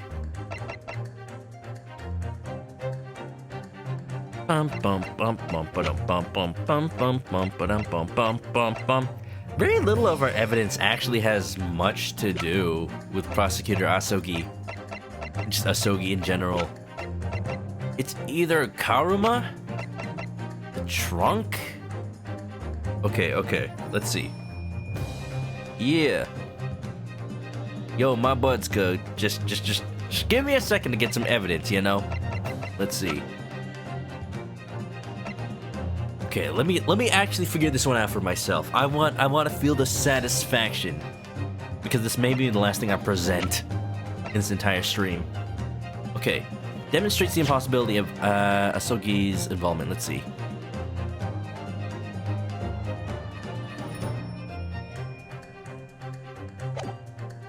It's impossible because Asogi wouldn't have been there. Okay, we're thinking Gyakuten Saiban logic. I have to think of why he couldn't have been there. And then find the piece of evidence that supports it. Let's see. Like, Kazuma says he left as soon... Like, he came to the room and then he left before Gregson could even come by. So how can we prove that? Let me take a look at this. Following departure from the port of Dunkirk, all crew members are required to assemble. So I think it's a timing thing. Water. I think. Thanks for the hydrate, Soul Sapphire. I think because the murder could have only taken place at 10 p.m. 20 minutes, it had to have been after the boat left Dunkirk. I think Kazuma wouldn't have been on the boat. I think he should have left. Wait. So wait, was he just stranded in France? No. Kamen Rider, thanks for gifting the sub to Soul Sapphire. Enjoy the emotes, grab a nest, and get comfy. Yeah, all my notifications, I made them myself. They're based on Earthbound. I basically ripped all the sprites straight from the game and put them in a little video. Glad you like them. I'm gonna say it's the timing of the matter. Take that! This itinerary for crew members of the SS Grouse, my lord. This is conclusive proof. An itinerary? How does that prove anything? Judge Jigoku, the moment you acknowledge that you found the victim's body in your cabin, that proves the timing. This itinerary suddenly became much more significant. What? Why? No, that's Strongheart's voice. What? Why? On the night in question, as always, a crewman sentry was on guard outside your cabin door. As long as he was there, nobody could have fired a shot inside the cabin. Absolutely, because it's inconceivable that the guard wouldn't have heard it and come to investigate. So that tells us that the crime must have taken place when the guard was elsewhere. Yeah! I was right! And that narrows it down to the 20 minutes just after 10 o'clock, as indicated on the itinerary. Yes, I see no flaw in your reasoning so far. But the crucial point is this. When the evacuation drill took place, the steamship had already put to sea from the port of Dunkirk. Now, clearly the murder could have only been committed by somebody who was aboard the vessel at the time. Asogi was not, but you were. The prosecutor Asogi stated in yesterday's proceedings. I didn't come to Great Britain to take anyone's life, so I left Gregson and disembarked the ship. See, okay, that's the only point I had contention with, the only thing that made me reluctant to present that itinerary. The fact that the only evidence we have that he wasn't on the ship is his own testimony, but he could have been lying. We'll see if they take it. I spent that night at a boarding house in the town and returned to England the following morning. Right, he did say that. Oh, but if we cross the records at the boarding house, then we can prove he wasn't on the ship. Which I'm sure the court will agree is conclusive proof that Kazuma Asogi couldn't possibly have carried out the killing. There you go. Something with actual records. Check the boarding house. We got the receipts. No, absolutely not. I don't accept that at all. What do you mean? The boy's just saying that to exonerate himself. We can't trust that he really disembarked the vessel. Ask anybody on board. Ask the boarding house. Ask Baroque Van Zix's foot. Obviously, after he left my cabin, he hid himself somewhere nearby on the ship. Just waiting for his chance to come back and finish. No, that's out of the question. Isn't it, Kazuma? Sorry, my channel points jump scare you. It's just a foot. Nothing to be worried about. As the defense rightly recalls, I disembarked the vessel and spent the night in a boarding house in Dunkirk. And as I said yesterday, I signed my name in the accommodations register book. Yes! Yes! Yes! Thank you, Kazuma, leaving the paper trail. All extremely easy to verify. In undeniable proof. No! No! There's no escape this time. You can forget that you're a judge or a government minister. It's time you gave the court an honest answer. As a common man.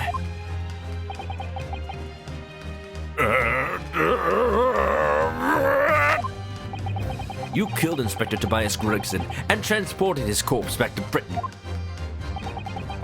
Then you dumped the body in the room on Fresno Street and made it look as if the murder had happened there. That's what really happened, isn't it? Seishiro Jigoku. It was that damned trial 10 years ago. That's when this all began. Looking back, now my fate was decided that day. I was doomed already. Oh my god! What the...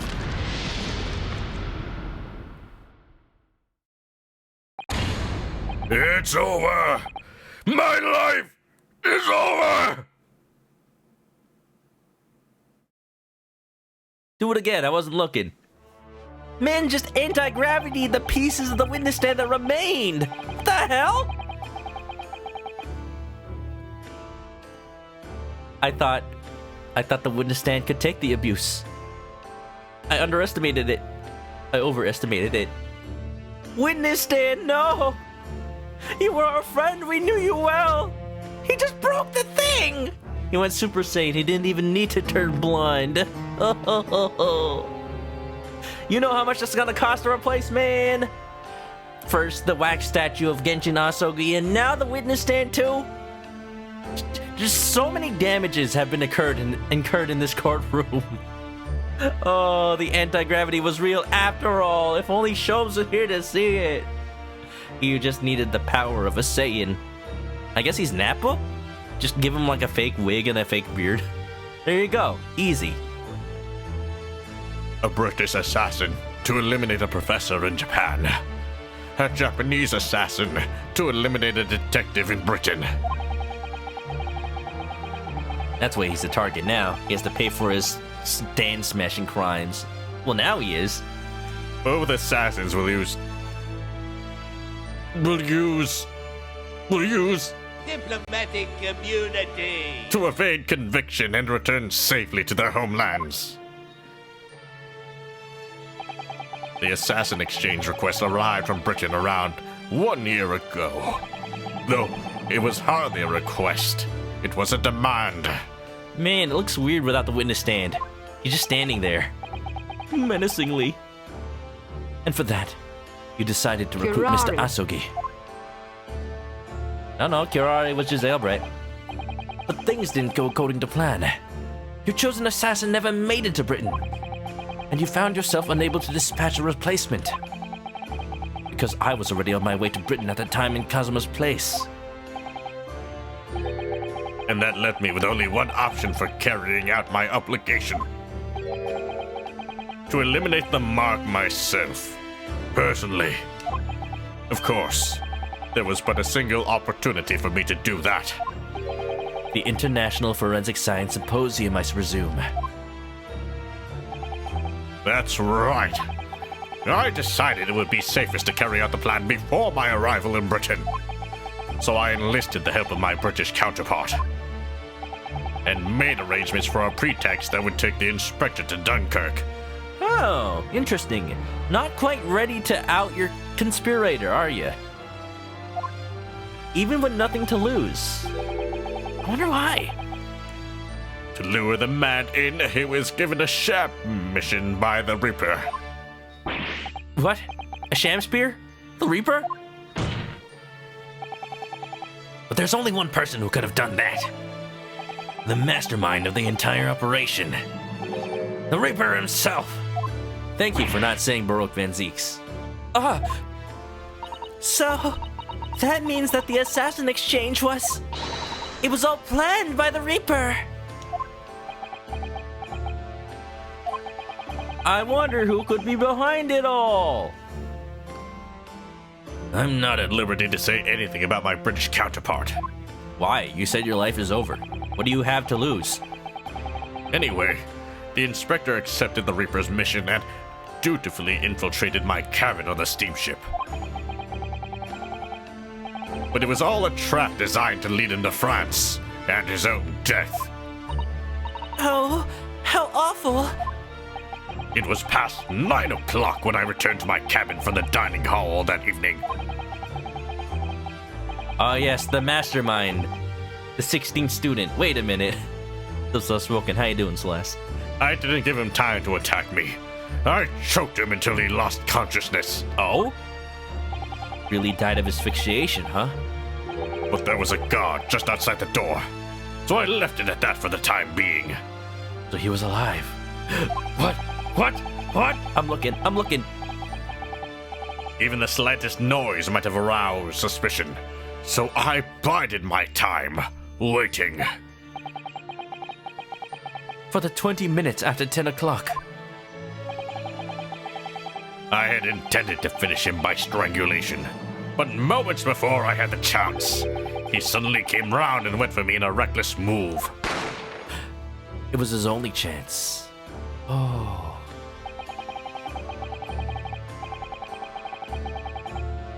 I had received a British-issue gun 16 years earlier, being a member of the judiciary as a visiting student. It was his gun! They never had to use Baroques or Tobys. What a twist! They really just give students a gun? Really? I never imagined I'd have to use it for something like that. So the revolver belongs to you, does it? Well... And the victim was killed inside your cabin on the SS Grouse.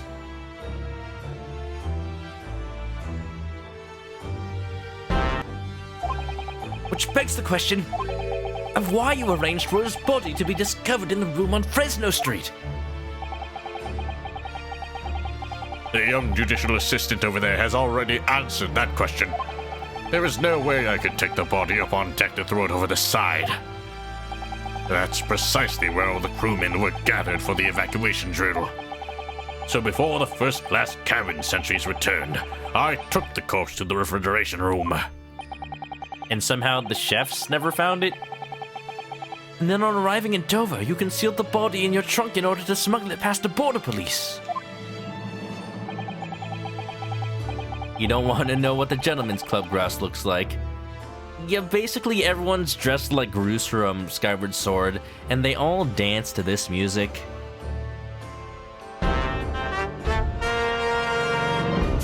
While fixing their hair. That's all it is. They're not naked or anything, they're just there dancing. It's a dance club. That's why it's a gentleman's club. Bruce is the gentleman. I knew I needed to take steps if the police were to be convinced when the body was found in London. In that case, you must have known. You must have had intimate details of Inspector Gregson's intended schedule. Yes, my British counterpart sent me everything I needed to know. The inspector was due at Fresno Street at 5 o'clock that afternoon. Gee, I wonder who would have had Inspector Gregson's schedule. in order to meet a man by the name of Hugh Boone, from whom he would take back his police identification. Wow. They knew about that? I decided that man would be the perfect person to set up as the culprit. Hugh Boone? I mean, like, it kind of worked, but not really. It ended up being Baroque Van Zieks because he happened to be there. Oh, I see what was supposed to happen. Because Hugh Boone sells information outside Fresno Street. He was supposed to be the one to discover the body. He was supposed to have been the one to pin everything on. But Baroque just had to intervene. Damn. Still soft spoken. Thank you for the Prime sub. Welcome back to the Chicken Coop. Grab a nest and get comfy and enjoy the emotes. Thank you, thank you. I do appreciate it. So I took a hackneyed carriage over there with the body still in my trunk, and the sub in my wallet. No, Jigoku stole my $5. That must have been just after we took this photograph with you at the hotel then. Look at that man. A man with a plan. In his eyes, a canal, Panama.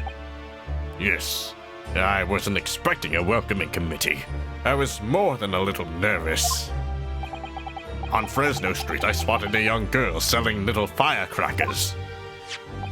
Miss Venus, of course. Young girl, I guess. Younger than him. I conceived of the candle trick there and then.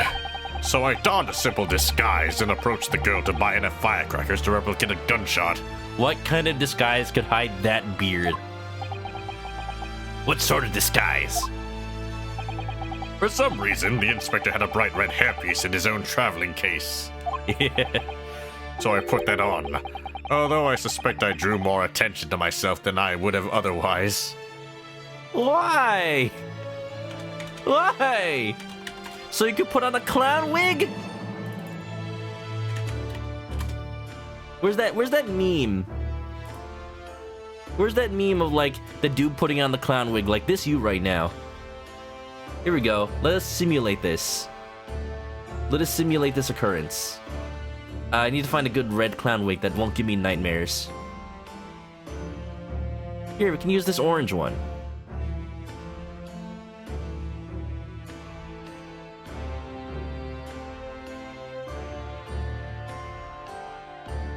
Right there. Because you looking like a clown right now, Jigoku.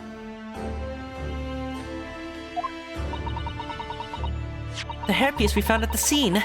The inspector had it ready for a Red-Headed League investigation. I only arrived at the room at around 4:45. He should have just shaved his beard. That would be even more suspicious, just suddenly. So I quickly placed the body on the floor, moved the notice board, and set up my own little candle trick. I arranged it so that the firecrackers would go off with a bang around 15 minutes later. So that Mr. Boone, who was due to arrive at 5, would walk straight into a trap. Except, at the last moment, I made a careless blunder. What was that? I imagine it was the bag of fish and chips.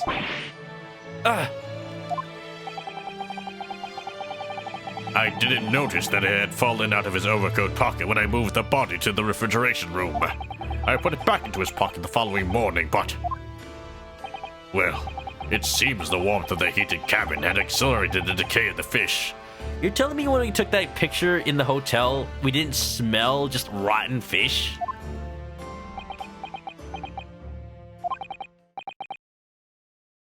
Anyway, that's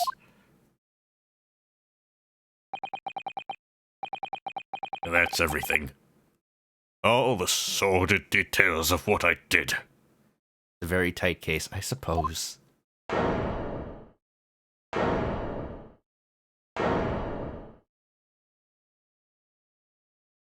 Jigoku.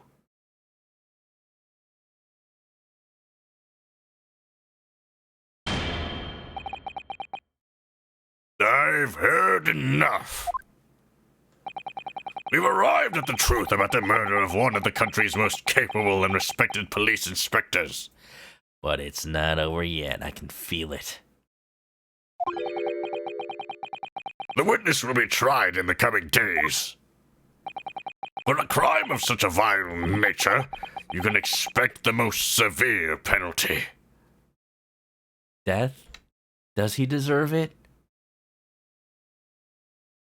He does, but I don't want to see it happen. I know he can be better than that. But you just hate to see it. You know what also smells? Corpses. Yeah, but it was refrigerated. The fish wasn't.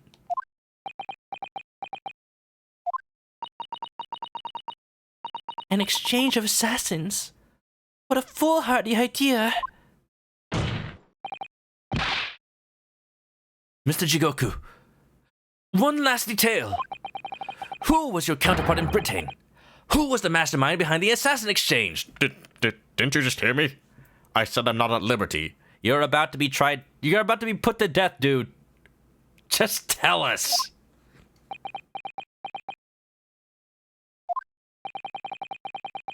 Nothing you say now can make matters any worse for you. Just tell us. Enough!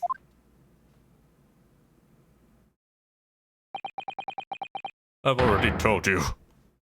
That I cannot say! Even though as things stand, you may very well never set foot in your homeland again.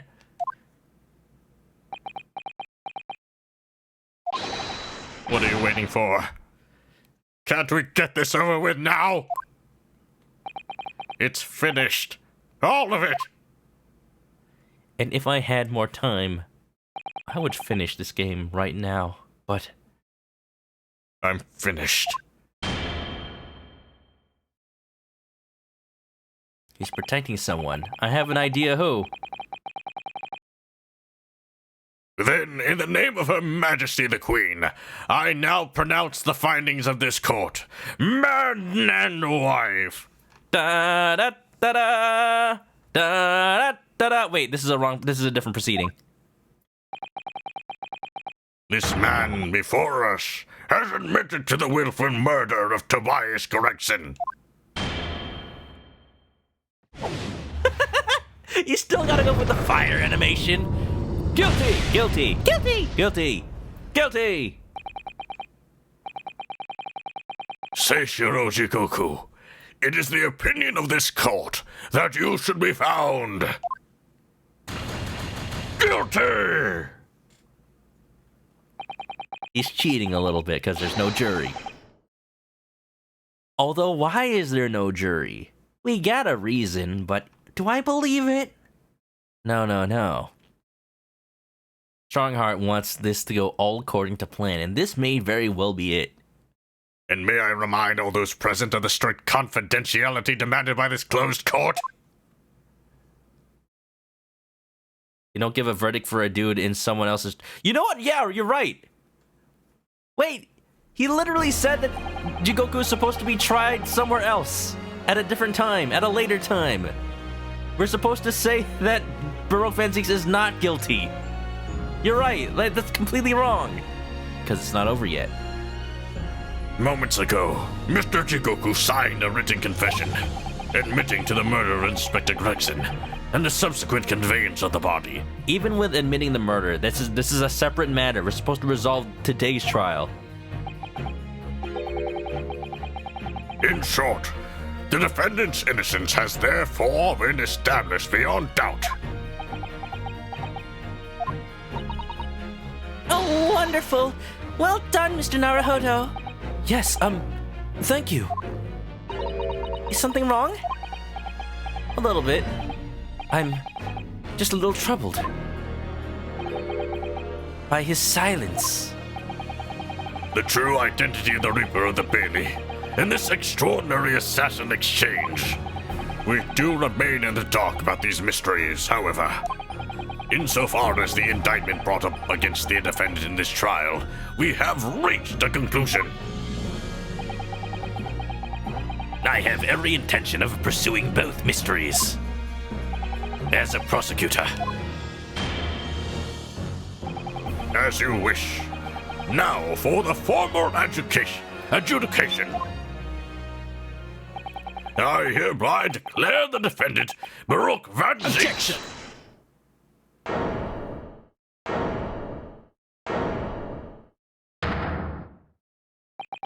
Here we go. The prosecution calls for adjudication to be deferred. Counsel? Counsel? And now he's pulling a Phoenix Wright. In fact, I did this in the last frickin' trial. Not the last case, but the last trial. Yeah, it's over. Yeah, it's ending, well, not in his favor, but it's ending in my favor. But there's still more. There's something wrong. And if we don't figure it out now, it'll be lost to history. The accused's innocence hasn't been fully established at all. And therefore, it would be wrong to deliver a verdict at this time. The dude confessed, man. That is the prosecution's unwavering position. You know what? Every time I think Kazuma is going to pull that heel face turn and reveal himself to have been on my side the whole time, no, he really is just being the prosecutor boy. Come on, man. I'm waiting for that moment. I know it's gonna happen. Come on. At least we get to hear his music. What? But Judge Jigoku has already confessed. He really hates Van Zix. Come on, just because he got his dad killed, his dad might have been a murderer, we don't know. It's like we have to uncover the truth of what happened 10 years ago first. Nevertheless, we gotta solve the case from X years ago. It's Ace Attorney, it's a tradition. Baruch Van Zix has committed crimes for which he must be punished. Well, it would appear you have information that the court needs to hear, Prosecutor Asugi. Okay, like, it makes sense when the defense brings it up, because it could tie into, like, motive for the current case. But if Kazuma's argument is literally, well, Baruch did other crimes, well, no matter what he may have done, they still don't have any noticeable effect on whether or not he killed in Gregson, which he didn't. So, what can you possibly bring up, Kazuma? It would appear you have information that the court needs to hear, Prosecutor Asugi. Certainly, the murder of Inspector Gregson was actually carried out by Seishiro Jigoku. But it's clear from the witness's testimony that he was coerced into complying with the plot. He's saying that it was originally the plan of the Reaper. Oh, we're going Danganronpa rules, huh? It goes by whoever was the original mastermind and not who carried it out? Into this sick, merciless assassin exchange. Okay, maybe. That may be true, but I don't know how it would work in an actual court of law. If somebody tells you to kill somebody, well, that makes you an accomplice, yeah? So, I guess that still factors into this trial then. So what I want to know is, who coerced Jigoku? Who was pulling the strings? Hard to say Drebber was innocent for the death of Asmund, true. The plots in this game are complicated, that's all I can really say. And I love it. The victim went to France to have... I can never settle on giving him an English accent versus just regular. The victim went to France having been ordered on a mission for the Reaper, only to be murdered. In other words, the mastermind behind the assassin exchange is someone in a position to give such an order. As we've already established, the Reaper himself. Well, certainly, that would appear to follow.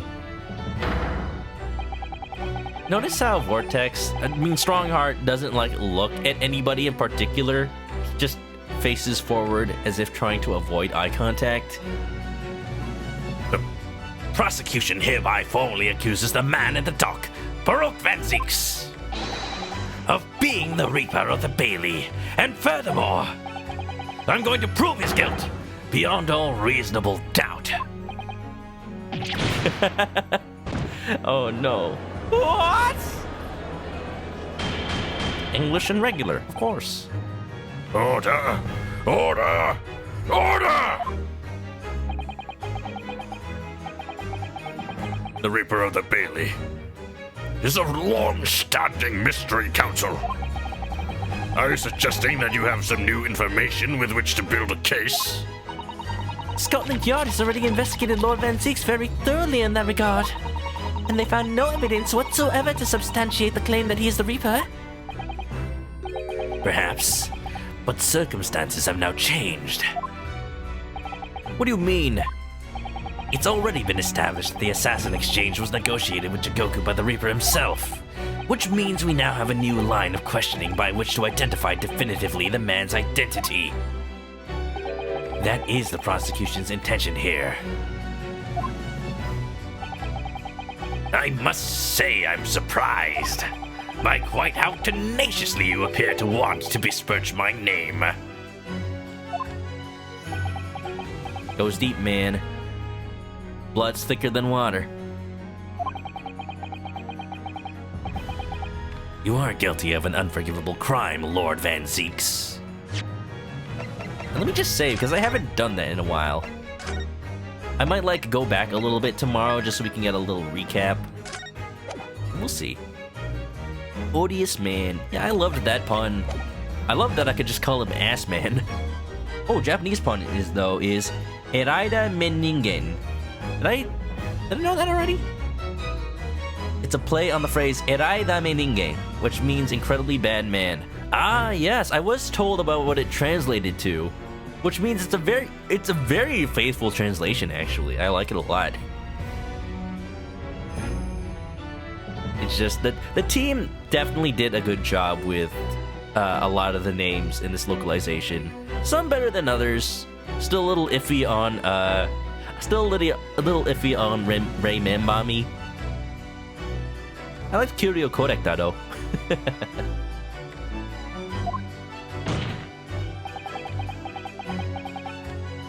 My name is Very Bad Man, of course. And I will bring you to justice for it, whatever it takes. That explains Kazuma's silence before.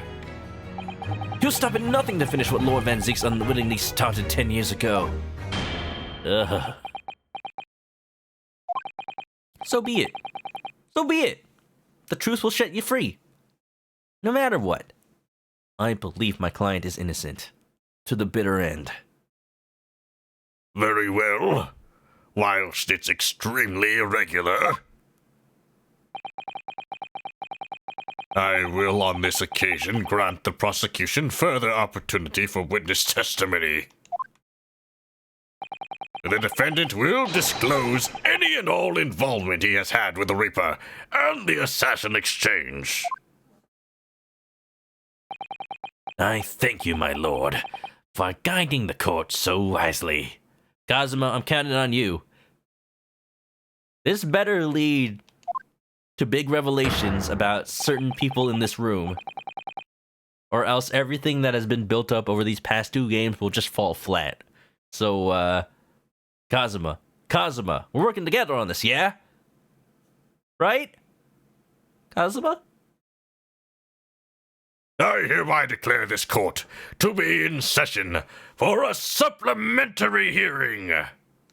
Maybe this is a good place to save, actually. But I will play one more line, just to make sure.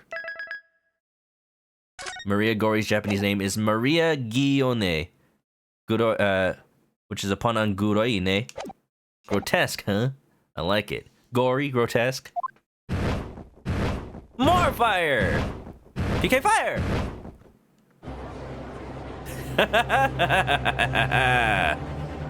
Yes! One more time! Where did we get a new witness stand? Hold on, wait a minute. Did we just transfer to a different courtroom? Yo, where did this come from? Did we just materialize it out of nowhere? Or did I just notice this now because it got slammed? That's why. Man, good thing they had a backup stand. Pray, turn a blind eye to the discourtesy as I verify that this vile and unremitting accusation hasn't soured the contents of my hallowed chalice. Lord Van Zeeks? I first had to suffer the pseudonym of the Reaper 10 years ago now. And ever since that time, I've endured the weight of implied guilt that's gone with it. Whew. So I welcome the chance to testify now and crush those allegations once and for all. Over 9,000. Good. Then let justice decide, Lord Van Zeeks. Those are some thick gloves. The prosecution seeks to begin building its case by calling the accuser to the stand as the primary witness, in order that he may answer the accusation brought by the prosecution that he is the Reaper of the Bailey. And what says the defense? Putting the defendant in the witness stand can be extremely dangerous.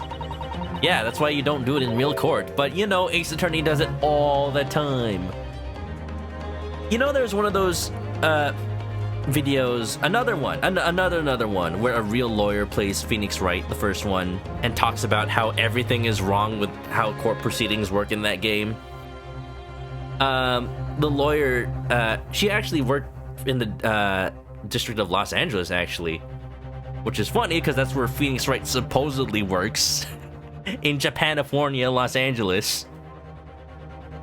And she's just talking about how like Larry Butts would be like just the worst person to defend, how she would never in a million years allow him to testify on the stand. Like anyone with a brain would keep him far away from that, from the stand, for sure. Yeah. They very rarely, well, okay, sure, you can count the number on the, you can count on your hand the number of times they put the defendant in the stand, the Ace Attorney, but it's still way more than probably happens in real life, like on average. And Kazuma-sama is so emotional at the moment. He's not thinking logically. You're right, that he's not himself. But I knew it would be like this. And I came here today determined to face him through whatever might arise. As a lawyer, and as his friend. Then that's what we must do. The defense has no objection, my lord. Very well. Defendant, you will take the witness stand and give formal testimony on the subject of your involvement with the Reaper and the assassin exchange. As you wish, my lord.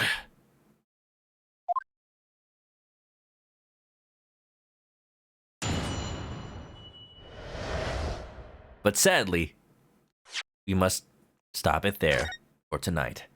Because if I resolved to finish the game now, we would go on for like a 7-hour stream probably. At the pace at which I play? Probably. But that leaves us at a perfect stopping point. I'm glad the story went where it did. We resolved Inspector Gregson's murder, but this is a whole nother level entirely. Oh. So, yeah. Actually, Maddylicious, if you have an image to show the stream, perfect! Because we're about to do the stream art section. So let me just say, come to the stream tomorrow for the thrilling conclusion of the great Ace Attorney 2. So let's do the art. Let's do everything. Let's talk, shall we? Let's talk about how Judge Jigoku is a big old poopy butt man, and that he had us all going for how long now? I never thought he'd become a major character. I never thought he'd become a murderer. I never thought he'd be behind the Reaper. Oh my goodness. Let me just permit. If you have a link, go ahead and post it, Maddylicious. But definitely, this is the stream art section right here, right now. As you can see, we have beautiful art inspired by the stream and the games I play submitted, hanging on the wall right now. And if you ever have any art for the stream, post it on the Discord or tweet it at me, or, you know, just post it in the chat right now. And I'll put it up. Oh my goodness, oh my gosh. Mandylicious, of course. How could I have been so blind to the truth? Secret lore from Maria Gori herself. Chimkin Nugget. What? Delicious. She did want to dissect me this whole time. It was to make lunch. She would though. She would though. She can go right here for now. For now. Thank you, thank you. I'll count it as art. Mmm, delicious. I guess we do have something else today. But I will say going forward, the stream art section of the Discord. By the way, here's a link to the Discord if you want to join. You don't have to, but you can. If you want to hang out off stream. I will say from this point on, I will only show art that is actually related to games I've played on stream. Like recently. Like I have played Super Mario 64 on stream, but this isn't really related. Like, this isn't really due to my stream. So from Hectacular Hector, we have a Chuckia from Super Mario 64. I actually love these fellas. Like, why didn't they really appear in that many other Mario games? All I can really think of is, like, Mario Party, I think? Maybe? But why? Why were they not the Chucksters in Super Mario Sunshine? Maybe I'd hate him more. Maybe I hate him less. Gotta bounce? No problem, we're ending anyway. But, thank you everybody for being here. Just, like I said before, this writing is fan-freaking-tastic. And you just never know who's gonna turn out to be a stone-cold murderer. Yeah. Alright, everybody. Alright, okay. We gotta wrap it up. Because I do want to, like, wake up early tomorrow and also, like, I don't know, sleep? So everybody, if you haven't already, follow me on Twitch to catch me live next time I play this, any other game. There's the YouTube channel for past VODs if you ever miss one. If you miss tomorrow's stream, it'll be up on there, no problem. There's a Twitter, Discord for updates about the stream schedules and all that. And, yeah. If you gotta go to sleep, I will let ya. No more chicken art? Well, nobody's posted any. Okay, yeah, yes, chicken art. I don't know what exactly I said, but it has to be either related to a game I've actually played or chickens. Yeah, okay. Thank you for being here, everybody. If you're going to sleep, have a good night. And I'll see you next time. Stay clucky, y'all. And, hope you're not on the edge of your seat for too long. Or I'm gonna chuck ya. Whew.